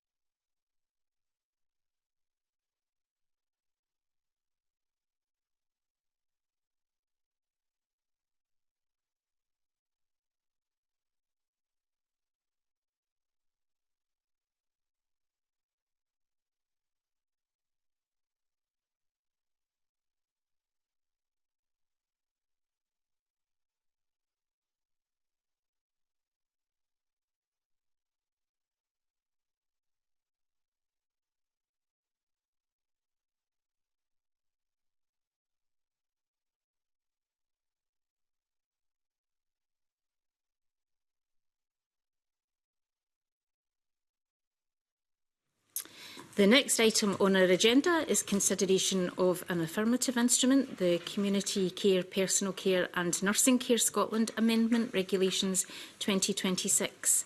This is a draft statutory instrument which requires approval by resolution of the Parliament before it can become law. The purpose of the instrument is to increase the value of payments for personal care and nursing care by 2.23%. The Delegated Powers and Law Reform Committee considered this instrument at its meeting on the 3rd of February 2026 and made no recommendations in relation to the instrument. We will have an evidence session with the Minister for Social Care and Mental Wellbeing and supported officials in the instrument. And once we have had any questions answered, we will proceed to a formal debate on the motion. I welcome to the committee Tom Arthur, Minister for Social Care and Mental Wellbeing, Christina McLaren, Unit Head, Fair Work in Adult Social Care, and Ian Turner, Deputy Director, Adult Social Care Workforce and Fair Work, Scottish Government. And I invite the Minister to make a brief opening statement. Good morning, Convener. Good morning to the committee, and thank you for the opportunity to speak today regarding a proposed amendment to the Community Care, Personal Care and Nursing Care Scotland Regulations 2002. The draft regulations before the committee make routine annual increases to the rates for free personal and nursing care. These payments help cover the cost of those services for self-funding adults in residential care. This year we are again proposing to apply an uplift based on the GDP deflator, which has been used historically as the inflationary measure to increase these rates. This will mean the weekly payment rates for personal care for self-funders will rise from £254.60 to £260.30, and the nursing care component will rise from £114.55 to £117.10. The most recently available official statistics show that there were a reported 10,920 self-funding residents aged 18 and above in receipt of free personal nursing care payments in 2024-25. These residents should all benefit from these changes. And on that, Convener, I will conclude. Thank you, Minister. No member has indicated. Oh, my apologies. Sanders Gohani has a question. I have a couple, if that's okay. Minister, sure. Good morning. Declaration of Interest as a practising NHS GP. So I suppose my first question is going to really centre around whether you have engaged with these providers to see if this uplift will actually cover the costs. Well, we have, as you would understand and appreciate, ongoing engagement with providers. What we have to do in taking these decisions is balance a range of considerations around affordability overall for the public finances, and the approach that we've taken forward, as we have in other years, is the uplift with regards to the GDP deflator. So that is an inflationary uplift using the GDP deflator, and that is what we are proposing through these regulations. Ultimately, these sort of wider considerations will be for providers and indeed for the residents who have a contract with those providers. So I understand how you've come about this figure, but my question wasn't about that. It was whether you've engaged with providers to see if this uplift actually covers the cost of care. Well, I appreciate there will be a range of circumstances depending upon for different providers. We have that wider engagement, but specifically what we're doing here is making a contribution, and there is the uplift through that inflationary uplift with regards to the GDP deflator. I don't know if you want to come in, Christina. Yeah, hello. We have a working group that every year works with us on the process for this instrument, and Scottish Care are part of that group alongside COSLA and other local authority representatives. So we do have a range of interests represented there and comfortable with the process we've gone through and the arrangements we've made. Okay. And is the funding increase ring-fenced? With regards to that, the uplift is there and the funding will be committed. Ultimately, the ultimate funding will depend upon overall uptake, but the funding is provided to ensure that this can be delivered. I suppose the question really is that money going to potentially be used for other things from a local authority, or is it specifically only going to be able to be used for this uplift? In regards to that technical point. Yeah, so it's so the formula is based on the analysis of what we expect the uptake to be in the coming year. So the allocation will cover that, and it's an ongoing dialogue that ensures that we are actually that the numbers meet the number that we've transferred over to local authorities for that. In all previous years, the actual take-up has been less than the amount that we have allocated towards that. Okay. And are local authorities obliged to pass it all on in full? Yes, so they are obliged for everyone who claims it as part of the financial assessment to use this as part of that overall picture of how someone pays for their care. And my final question is, what has happened to the underspend? It's usually a very small amount of money, so we're pretty sure that the funding is accurate, and that's an ongoing discussion with COSLA. I'm not aware that it comes back to Scottish Government. Okay. All right. Thank you. Whittle.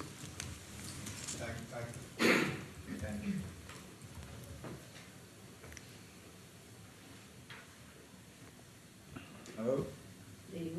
There we go. Thank you, Convener. Good morning, Minister. I think it's one of the things I've looked at here is that it's been significantly increased the cost of delivering this personal and nursing care. So any increase is valuable and welcome. I think you were indicating around the financial constraints potentially of delivering any more than this. I think my worry is what work has been done, because I think it's a false economy not to deliver more than this, because it will appear on another page of the ledger somewhere else if we don't get this right. So what work has been done, not just in this very specific issue, but across the sort of wider portfolio in terms of the impact of not delivering what could be delivered? On broader questions around financial viability, there's ongoing and close engagement with both providers and with health and social care partnerships. With this specific measure here, there have been, not this year specifically, an inflationary uplift, but in recent years there has also been above inflationary uplifts as well, recognising the pressures and challenges that do exist. And of course, where we recognise there are financial challenges for providers, we operate in a very pressurised environment with regards to the public finances, and we have to balance a range of priorities. But in doing so, we are providing that additional funding through the uplift for this coming year. But would you agree, though, that by investing in social care, we're potentially preventing, much more costly interventions even hospital interventions, and we do have an issue around how that money's balanced in terms of measuring that outcome and input. I mean, on the point you make with regards to the value of investment in social care, I would not disagree. Investment in social care is of tremendous benefit and value, both for the individuals who receive social care, but for the wider health and social care system. And I think much of the longer-term strategic work that has been undertaken, and where I think there's broad political consensus, is in recognition of the value of social care and ensuring that we are working, notwithstanding the significant challenges we operate under with regards to the public finances, but working constructively to ensure that there's enough resource going into the system. And we've seen with the budget that is currently making its way through Parliament an increase in investment in health and social care, but also specifically within social care and for local government as well. So on that broad principle, Mr Whittle, about the value of social care and the importance of investment in social care, I think that is something where there is broad recognition and shared understanding.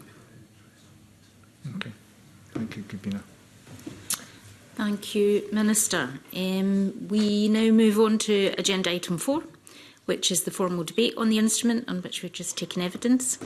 Can I remind the committee that officials may not speak in the debate? And I believe Sandesh Kahani has a point that he wishes to make before we move to that. No, not before. Just okay. Minister, can I ask you to move and speak to motion S6M 20534? Formally moved. Does the Minister wish to contribute anything else to the debate? Nothing further to add. Sandesh Kohani. Thank you. As a declaration of interest as a practising NHS GP, I support the principle behind this instrument. Personal nursing care are fundamental for dignity in later life, and uprating payments is both necessary and welcome. However, we've got to be honest about the pressures that are facing the sector. Care providers are dealing with rising workforce costs, energy bills, insurance premiums and regulatory requirements. And the questions for me is not whether an uplift is appropriate, it's whether it is sufficient. Because if it fails, the consequences don't sit quietly within our social care sector. They present as delayed discharge, hospital pressures and workforce instability. The Minister has said that it was not possible to increase these payments for social care above the GDP deflator because of budgetary pressures. But then we find 149 million for resident doctors, 36 million for rolling out GP walk-in centres that GP says won't work, 30 million for an NHS app that won't be rolled out to 2030. And if we're talking specifically about social care, 30 million on a national care service that hasn't been delivered.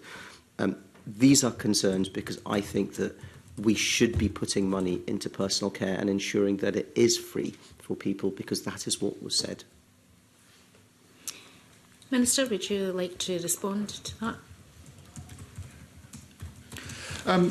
Convener, on the point of the, as I stated earlier on in the evidence session, I fully recognise the importance of investment in social care and the value of doing so, both in and of itself as a good and the delivery of high quality services to individuals, but also for its importance as part of the overall functioning of our health and social care system. We do operate in a challenging and pressurised environment for public finances, but I recognise that across multiple sectors there are challenges that have ensued from the economic and fiscal turbulence that we have seen in recent years, which is well understood and well documented.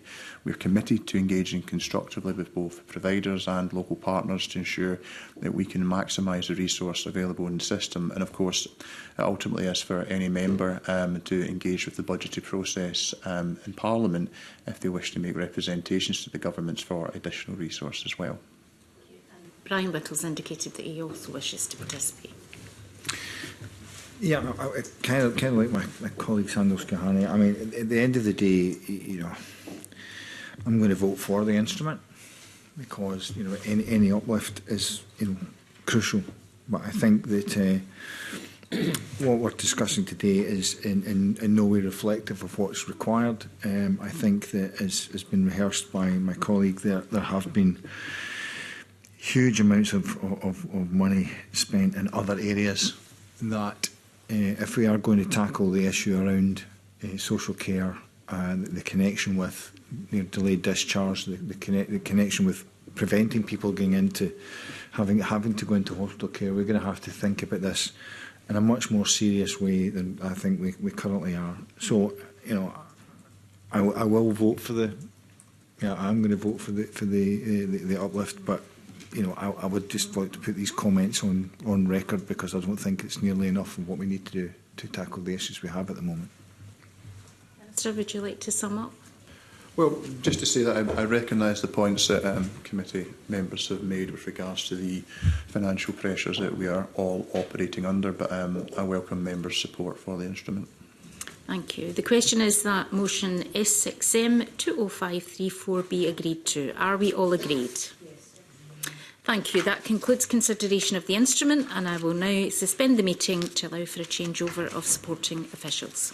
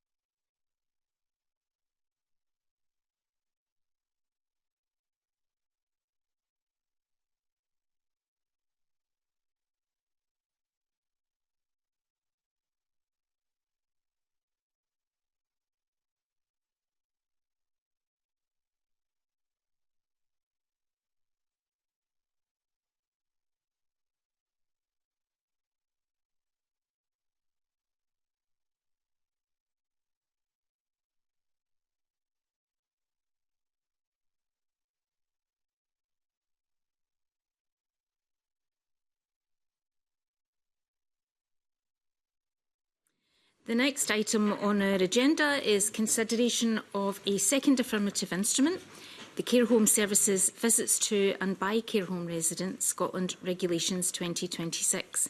This is a draft statutory instrument which requires approval by resolution of the Parliament before it can become law.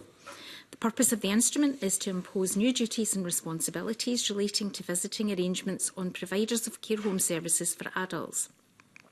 These are in the form of regulations under Section 78(2) of the Public Services Reform Scotland Act 2010, as required following modifications made by Section 14 of the Care Reform Scotland Act 2025. The Delegated Powers and Law Reform Committee considered this instrument at its meeting on the 10th of February 2026.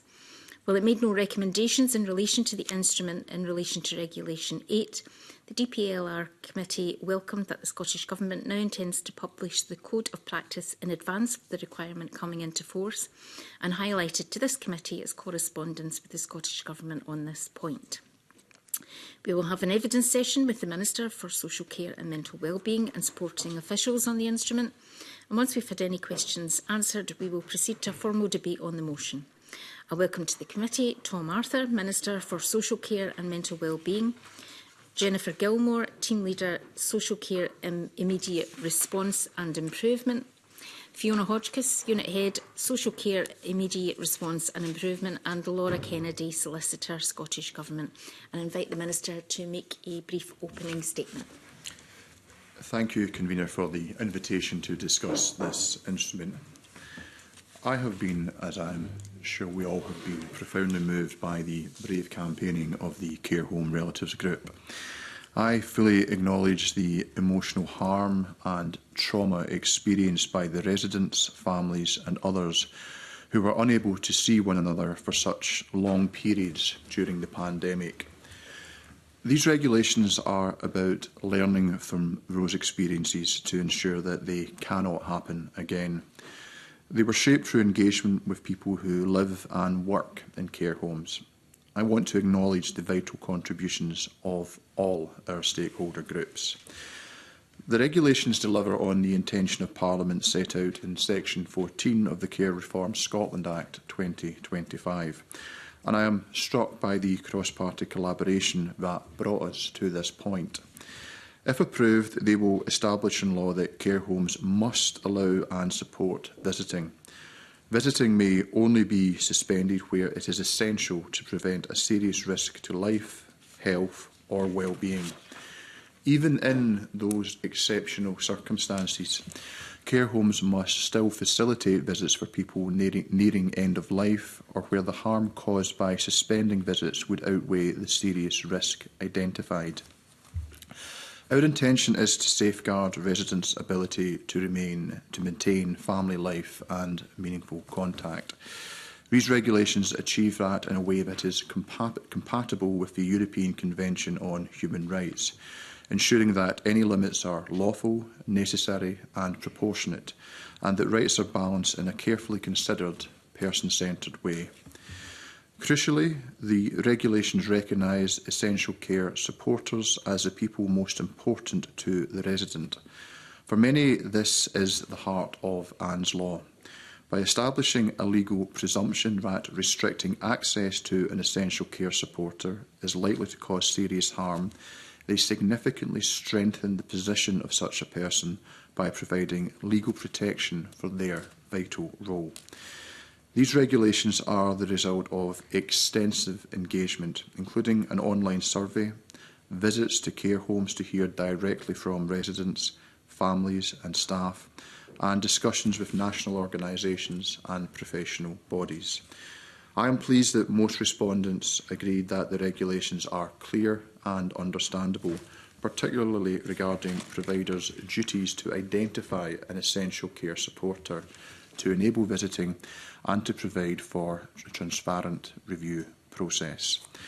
I would like to thank those who responded to the online consultation and to Parliament's call for views. There is a desire for clear, practical guidance. While the regulations establish the duties, the accompanying code of practice, available before the regulations come into force, will set out how this will work in practice. I commend the regulations to the committee, and I'm happy to respond to any questions. Thank you, Minister, for your opening statement. We do have a number of questions, and I'm going to go first to Sandesh Gohani. Thank you. In a declaration of interest of practising NHS GP. Minister, is the designation of essential care supporter a statutory right for residents, or is it at the discretion of providers? It's set out clearly in the regulations. If I draw the committee's attention to what is actually set out, a provider of a care home service for adults must identify for every resident of accommodation provided by the care home service at least one individual as an essential care supporter, unless and then there's further detail provided. So that is set out in Regulation 2. Okay. And who holds the ultimate clinical responsibility for risk decision? Is it the provider or public health? With regards to saying that somebody in essential care support can't come in? In that particular situation, so just to clarify, Dr Gohani, is this the scenario where no visits at all would be possible? Yes. That, of course, would be in a situation where there has to be consideration around balance of rights. Now, this would have to be an exceptionally extreme set of circumstances whereby that there would be we would be coming into conflict with the balance of rights between that has to exist between being able to have access to that essential care supporter and clear and present risk to life or well-being. Ultimately, these decisions will have to be taken in the context of what the overall prevailing circumstances and environment are, consistent with what is set out in the regulations and in legislation, and it would be the provider in that particular set of circumstances that would be taking a decision. I don't know if officials would want to add anything further to that point. Yeah, ultimately it's the provider that needs to take the decision, but they don't do that in isolation. So they'll do it on the advice of their local health protection team, as you all know, and social work as well, who understand the needs of an individual, but ultimately it is the care home that takes that decision. But the code of practice will talk through the range of advice that a care home would need to source in order to come to that conclusion. But an individualised approach is being advocated here in Anne's Law, so actually it's not a blanket approach, it's based on an individual, their needs and that risk assessment. Okay. Is that helpful? It is, yes. And if a resident has dementia and they've designated one child as being their ECS, and then another child disputes that, say years later there's a falling out, who makes the adjudication on that? So it doesn't have to be just one ECS, and that's clear in the regulations and in the code of practice. And so a resident may choose more than one. But in that situation, this would always be negotiated. There are obviously sometimes difficult family circumstances, and they would need to be worked through both at the time of identification, but also in any circumstances where it was imperative that a resident saw their essential care supporter. These are the kinds of things that care homes go through just now, because already in the health and social care standards, residents get to nominate named visitors. So this is the kind of thing that they work through on a kind of daily basis anyway. So does that answer your question? It's because family dynamics obviously yes.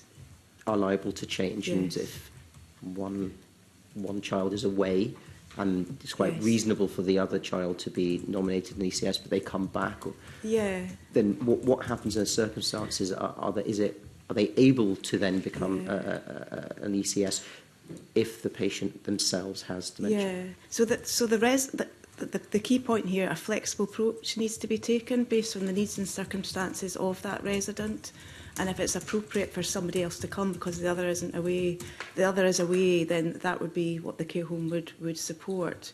And I think the code emphasises that flexibility. I'm turning to Jennifer here because she's written it with stakeholders. It emphasises that flexibility is required, and ultimately it's based on the needs of the individual and what would minimise that distress for them. So, I mean, obviously this has come about from an exceptional circumstance. Yes. Yeah. And so the concern is if that were to happen again, the protections provided to both the residents but also the family, the close members, and what we don't want to see is this being used in a way to say, well, we've got one, and the other child can't. I just don't want to see that from happening. So if it's a flexible approach that you're saying, then that seems eminently sensible. That's helpful. Thank you. Brian Whittle. Thank you, Convener. I note that Regulation 3 doesn't define what facilitation is required in practice. I wonder if you could maybe clarify, what the definition of, of expected actions of a care provider would be under those circumstances to support visits, particularly external visits. A supplementary to that is, what do you mean by external visits? Is that to, just to an essential care supporter, or will it include, medical appointments and the like? I'll ask officials to come in a moment.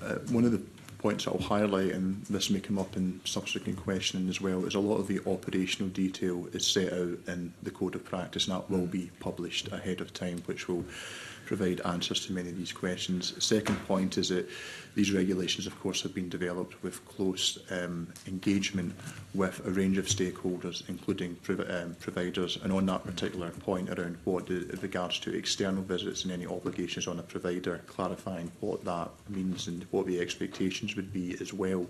So there has been a lot of work undertaken to ensure that the regulations provide the legal framework, but in terms of how that is operationalised, that is something that will be reflected within the Code of Practice. But just to respond to your specific question, maybe ask if officials want to come in.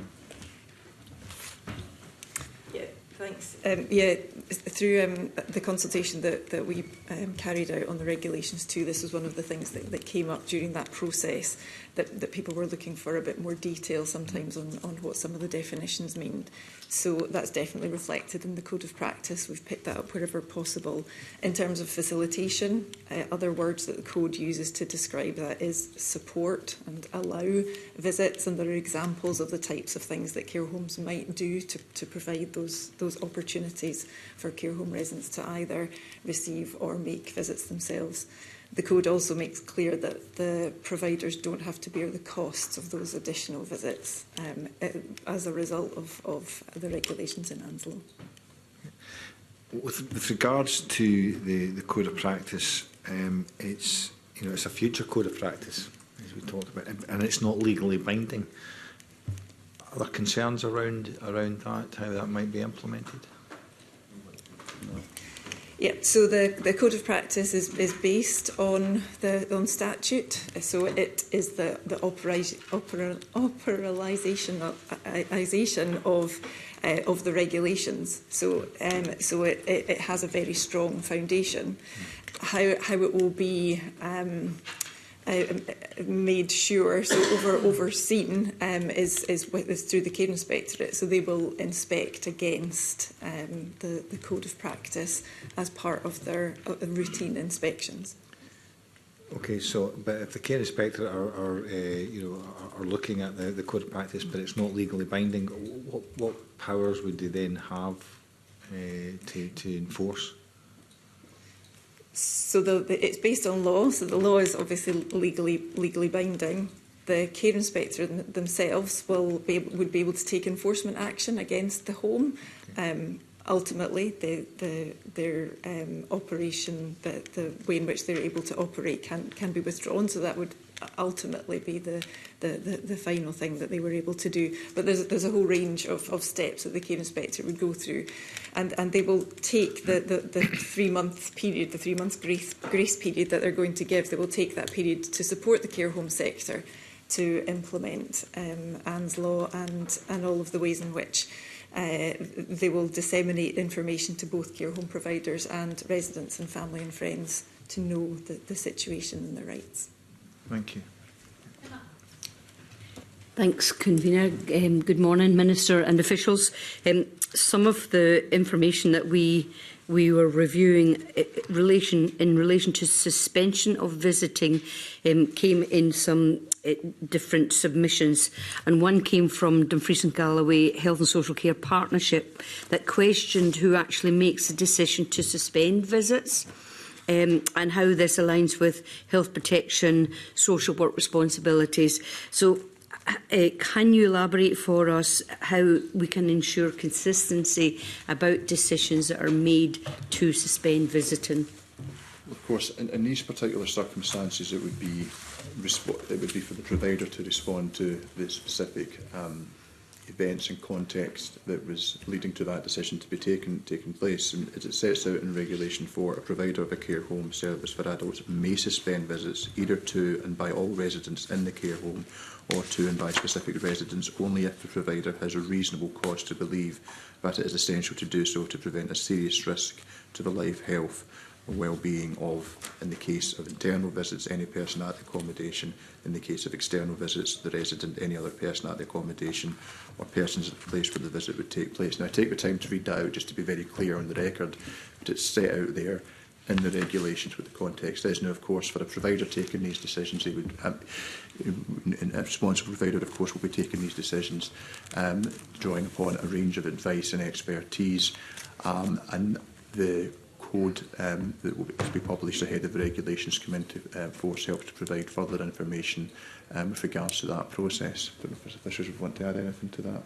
I think the main point is then that they have 2 points. They have responsibility for taking those decisions, but the second point is they're not doing it in isolation. They're taking the advice from professional health and social work professionals in doing so. This came about because of the COVID pandemic, and that, you know, and that was a national, well, an international crisis, health crisis, as opposed to, I don't know, a local issue that might be, say, a norovirus outbreak or something like that, which then measures would be put in place for a different approach to visiting with, and even like personal protective equipment and things like that as well. So it's that why that it's not an isolated decision. It has to be in collaboration with what is going on across the whole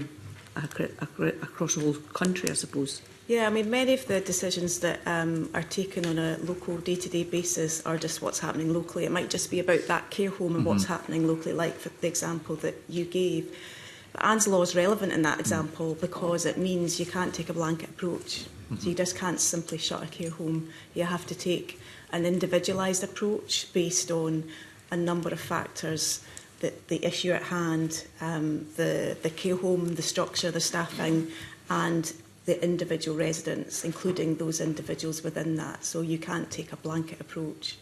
And the engagement that is required between Public Health Scotland or local health, local authority like Health and Social Care Partnerships, all the professionals involved, what is required if they're going to engage with each other? Do they is there a formal requirement process that that then will outline how they came to a certain decision? There's already good processes in place that care homes operate on a day-to-day basis with local health protection teams who advise them on a daily basis if there is an issue. So this builds on that. And while the focus of these regulations are on the care home providers because they're taking those decisions, it has implications for guidance for other health professionals such as public health professionals who advise the care homes. So there are already good relationships there. This helps support that, but also it's clear that the responsibilities, it's everybody's responsibility to ensure that meaningful connection is supported. So, okay. I think it's important to understand that this does not exist in a vacuum. It exists in the context of long-established legal frameworks ranging from human rights and ECHR into public health measures. And it also exists as coming into context of a culture of established working relationships by a range of relevant bodies and expertise contained within these bodies. And of course, providers have clear obligations around the health, safety and well-being of residents, visitors and those who work within a care home setting as well. So it's important as well when considering these regulations an appreciation of that wider context in which they are situated within. Okay, thanks. Carol Mockin. Thank you, Convener. Good morning. I wanted to ask some questions around the review process. Regulation 6 requires a care home provider on receipt of a valid request to review a decision. And there are some concerns that's been raised with us around this. One thing that's been mentioned is, can the Minister guarantee that this will be proactive? Can we be proactive rather than reactive in terms of the way in which we think of reviews? And there's no judicial appeal route. We wondered whether there's any consideration of this at all. I would make 2 points. Firstly, the Code of Practice will provide more detail around expectations with regards to that. And secondly, there are currently existing processes, for example, around complaints that can be made with regards to direct to a provider, to the care inspector as well. So again, it's appreciating that wider context in which these regulations exist, and also the specific importance of the code in providing that operational detail. But I don't know if there's anything further I should want to add. Can I just pick up just for my own clarity in terms of the care inspectorate? So in the guidance, you think there'll be some information about how they will be involved if a review is in place, and how that process will work? Yeah, the process in terms of, for example, if a family member asks for a review of decision to not allow them as an essential care supporter to come in, they can request a review on certain grounds, and that's going to be detailed in the code. And if they're not happy with that outcome, they can appeal to the care home, go back to the care home. If they're not happy with that outcome, they can go to the care inspectorate. Right, okay. That's often through the complaints process, which is a formal kind of process. If they're not happy with the outcome of the care inspectorate, they can go to the ombudsman. Okay. And ultimately, judicial review is available after that. It's not the sort of thing that people would go down, but essentially there is a kind of, this has been done within the context of an existing process for people challenging what's going on in the way care homes are doing things. So, I suppose my initial thoughts are, you can imagine that sometimes requesting a review might be time sensitive in terms of trying to support family members to get that appropriate and proper access. So will that allow for that? Yeah, absolutely. In terms of the Code of Practice, recognising that some of these decisions will have to be taken rapidly, and that is very much the time sensitivities are very much recognised in what's in the code. That's appreciated clarity. And I suppose just adding to that as well as we have raised, that it's very clear it has to be in writing.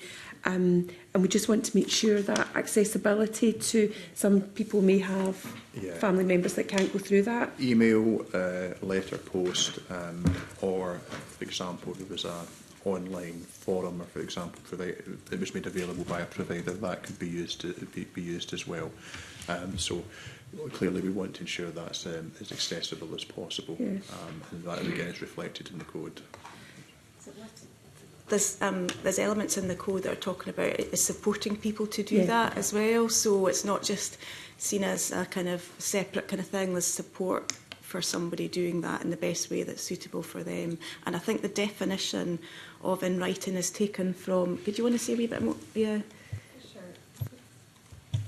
Sorry, the Interpretation and Legislative Reform Act, so it's the definition of writing that applies in terms of what is meant by writing in these regulations, and that allows for other forms, as the Minister has said, email and it says words that are visible, and it is expected that individuals would be supported via things set out in the code in order to do that, so that there is a record of what the request is for that review and the grounds for that request. That's helpful. I mean, I appreciate we need a record, but it is about, particularly in these circumstances, there may be people, that need that definite level of support to put that on the record. That's helpful. Thank you. Thank you. I want to turn to the notification process. So Regulation 7 requires that where a care home provider has decided to suspend visits, they must, as soon as practicable, notify the decision to various named people and agencies. However, respondents to the committee's call for evidence raised some concerns or areas for improvement. For example, the regulations don't specify how quickly notifications must be issued. Can the Minister comment or commit rather to introducing clear timescales for notifications to ensure consistency and protect residents' rights? Again, as touched on with previous areas, is this something that will be picked up within the Code of Practice? I don't know if officials want to say anything specifically on the timescales with regards to that. Yeah, thanks, Minister. I was just checking the draft at the minute, actually. So there are timescales laid out in the draft Code of Practice for ideal scenarios. I think, though, in keeping with the rest of Anne's Law and what the Code makes clear, is that the circumstances have to be taken into consideration. So if there is one single resident who is affected by a suspension of visiting, then that would be expected to be notified about very quickly. However, it could be the case where this was a very complex case that needed multiple people, multiple families to be notified. And so that process could be expected to take longer. So the target time within the Code of Practice is certainly expected to take place within 24 hours. But there is some softening of language around it to allow for complex cases and to make sure that Anne's Law is taking lots of things into consideration and not going into a blanket black and white approach. In terms of that particular part of the code, so within 24 hours, is there an expectation or anything within the draft code about what the maximum time allowed would be? So the target time currently within the code is 24 hours. The code itself is being consulted on with a whole range of care home providers, care home residents, Public Health Scotland, for example.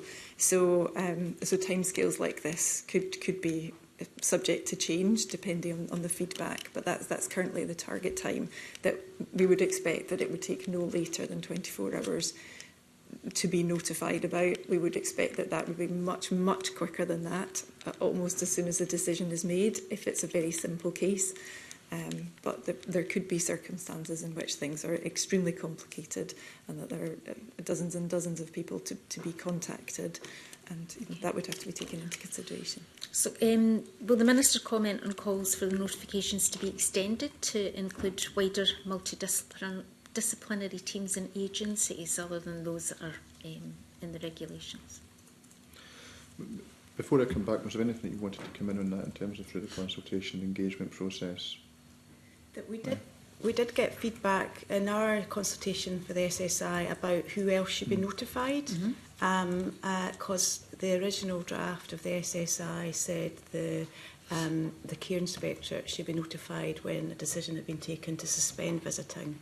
As a result of that engagement, as a result of that consultation, the families were really clear, well, you need to notify families and the essential care supporter. So that was added to the SSI.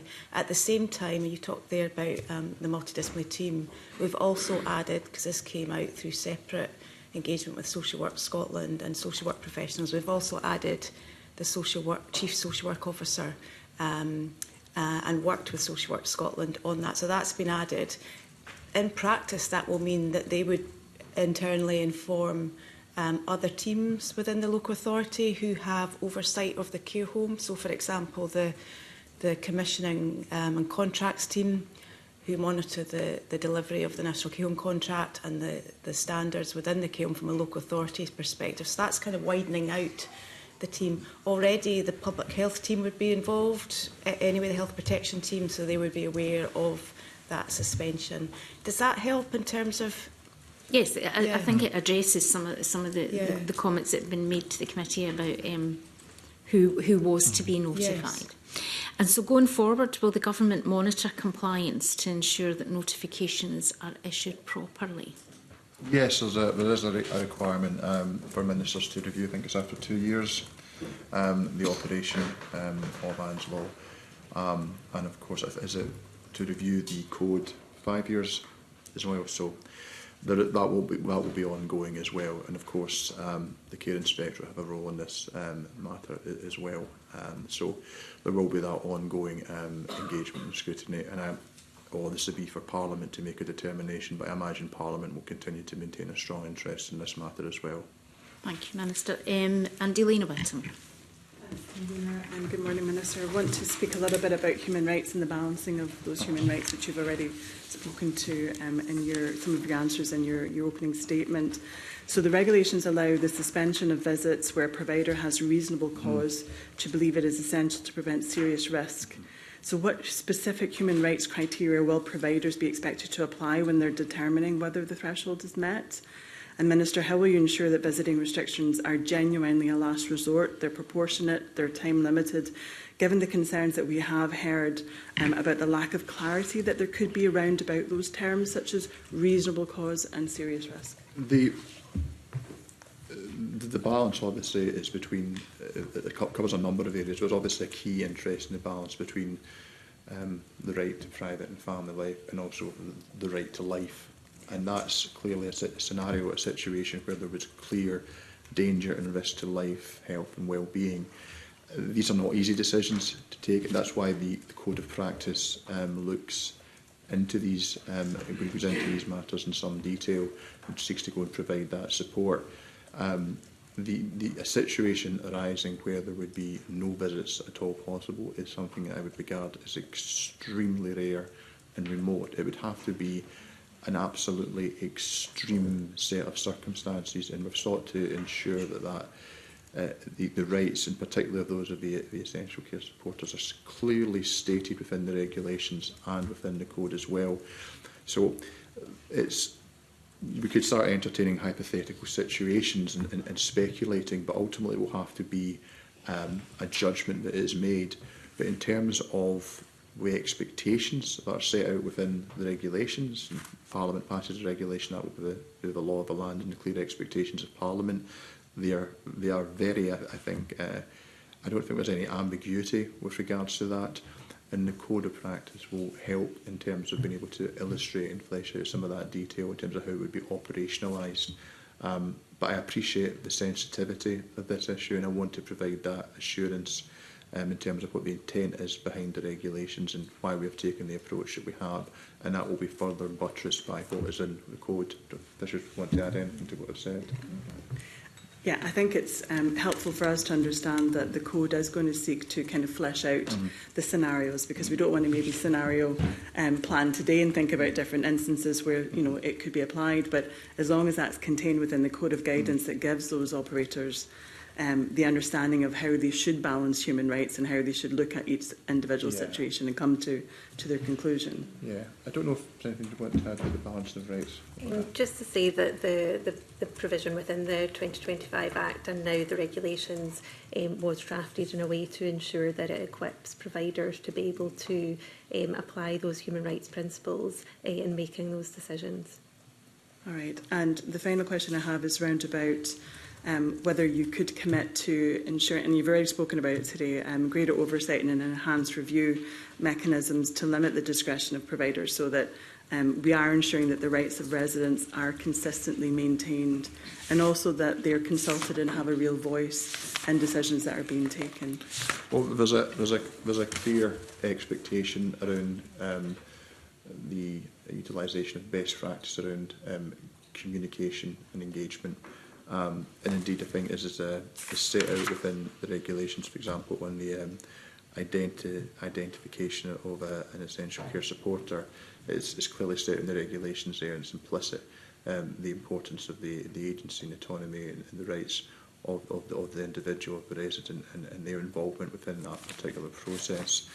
And I would just note as well that the Act does place duties upon ministers to report on how some of these new responsibilities placed on care home providers have been put into operation, and in particular the duty to identify an essential care supporter for every resident, facilitate visits, and the review following a valid request, a decision about the suspension of visits. And this report will need to be published within 2 years from the regulations coming into effect. So I hope that helps to provide some reassurance that this legislation coming into effect is not the end of ministerial involvement and engagement. There will be close scrutiny, there will be review of this matter, and say there will obviously be ongoing engagement and monitoring as part of that as well. Okay, and with part of that, there could be then further changes that come forward when you're looking at the review mechanisms and the process that they could be course, changed. I mean, can't bind, compel future governments and future parliaments, but I think how this is operationalised and the learning that comes from that, notwithstanding the statutory commitments around review, I would imagine that this is, again, as I suggested earlier, that Parliament will want to take a key interest in this. And in terms of the learning that will inevitably come out of any new provision coming into operation, and we should say as well, with the care standards in place for some time now, there has already been a significant amount of learning, and that's reflected in a lot of the consultation engagement we've had before putting this in this particular statutory footing that we're embarking on here. That will, of course, that learning and information will be at the disposal of ministers in Parliament in considering any future amendments that would be required, either to the regulations or indeed to the code as well. So to summarise that, of course, there will be the opportunity for this to be revisited based upon learning, and that I think speaks to the importance of that close engagement and monitoring. So, for example, were it to come to the attention of ministers in the future government that there are required to be changes made to improve operational efficiency or to avoid any unintended consequences, then there would be the opportunity to bring that forward, as there would be with any regulations. And given that this is obviously through secondary legislation, that's not something that requires a new Act of Parliament and can be done in a relatively quick and efficient and effective manner. Does anybody want to add? Just one thing, it's formalised. So the oversight by ministers is formalised because it does it in two ways. One, it talks about the progress report within 2 years, but it's formalised on an ongoing basis as well with a review of the code, and the Act specifies what should be considered in reviewing the code, and that's about the operation of Anne's law in practice, good practice and information about how it's been delivered. So that's an ongoing, a formal process for ongoing review. And I think members of this committee were involved in helping strengthen that aspect, the oversight aspect at stages 2 and 3. So it very much reflects some of those aspirations for ensuring we're not just putting something out and there's no oversight, but actually there will be ministerial oversight going forward on an ongoing basis. So, thank you. Thank you, Minister. We now move to agenda item 6, which is a formal debate on the instrument in which we've just taken evidence. Can I remind the committee that officials may not speak in the debate? Minister, can I ask you to move and speak to motion S6M 20536? Formally moved, and I would encourage the committee to support the regulations. No committee member has indicated that they wish to speak further. Minister, anything further to add? Nothing further. The question is that motion S6M 20536 be agreed to. Are we all agreed? Yes. Committee is agreed. And that concludes the consideration of this instrument. Minister, you and your officials are free to leave. The committee's work will continue. The next item on our agenda today is consideration of 2 negative instruments. The first of these is the National Health Service functions of the Common Services Agency, miscellaneous amendments, Scotland Order 2026. The purpose of this instrument is to dissolve NHS Education for Scotland and to transfer functions carried out by that body, as well as its property, rights, liabilities and obligations, to the Common Services Agency for Scottish Health Service, the CSA.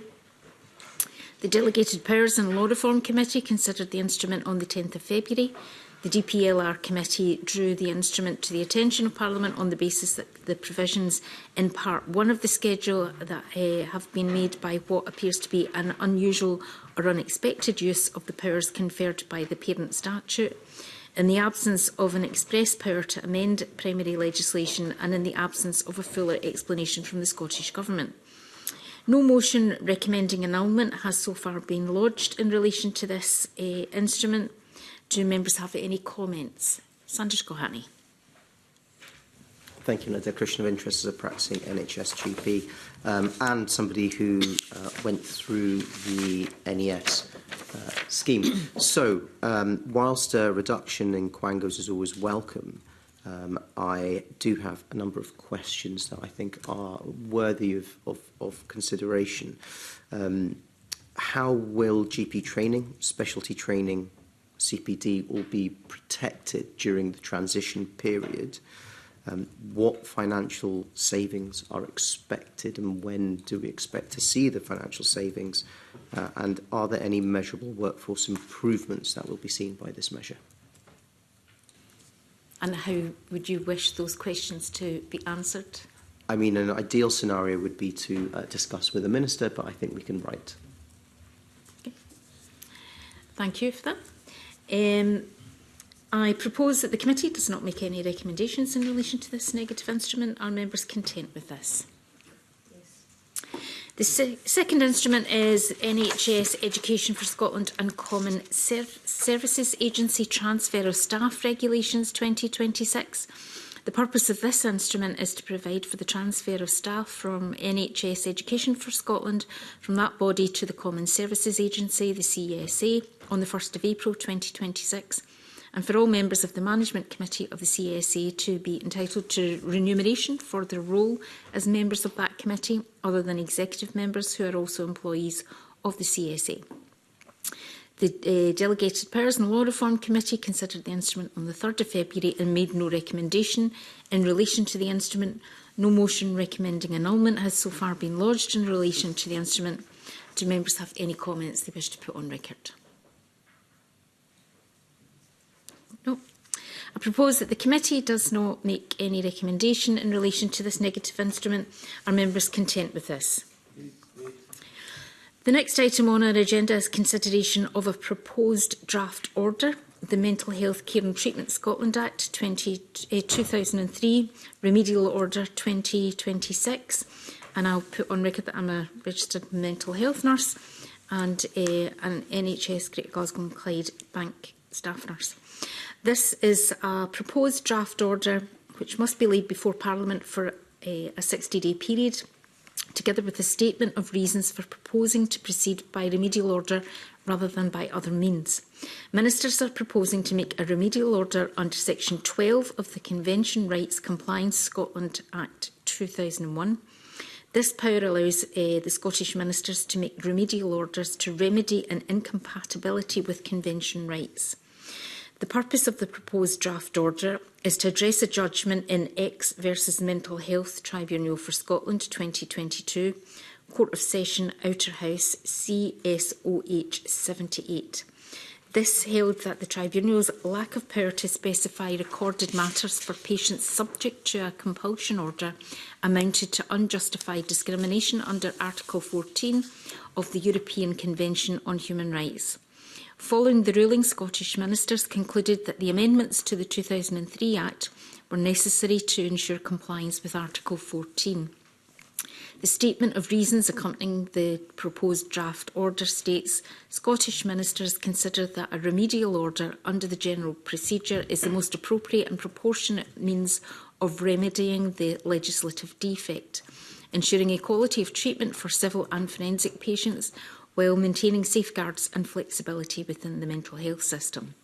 The Delegated Powers and Law Reform Committee considered the proposed draft order on the 10th of February and noted a number of points in relation to it. Do members have any comments? No? Okay. I propose that the committee notes the proposed draft order but does not make any recommendations in relation to it. Are members content with this? Thank you. At our next meeting, we will commence Stage 2 proceedings on the Non-Surgical Procedures and Functions of Medical Reviewers Scotland Bill, and that concludes the public part of our meeting today.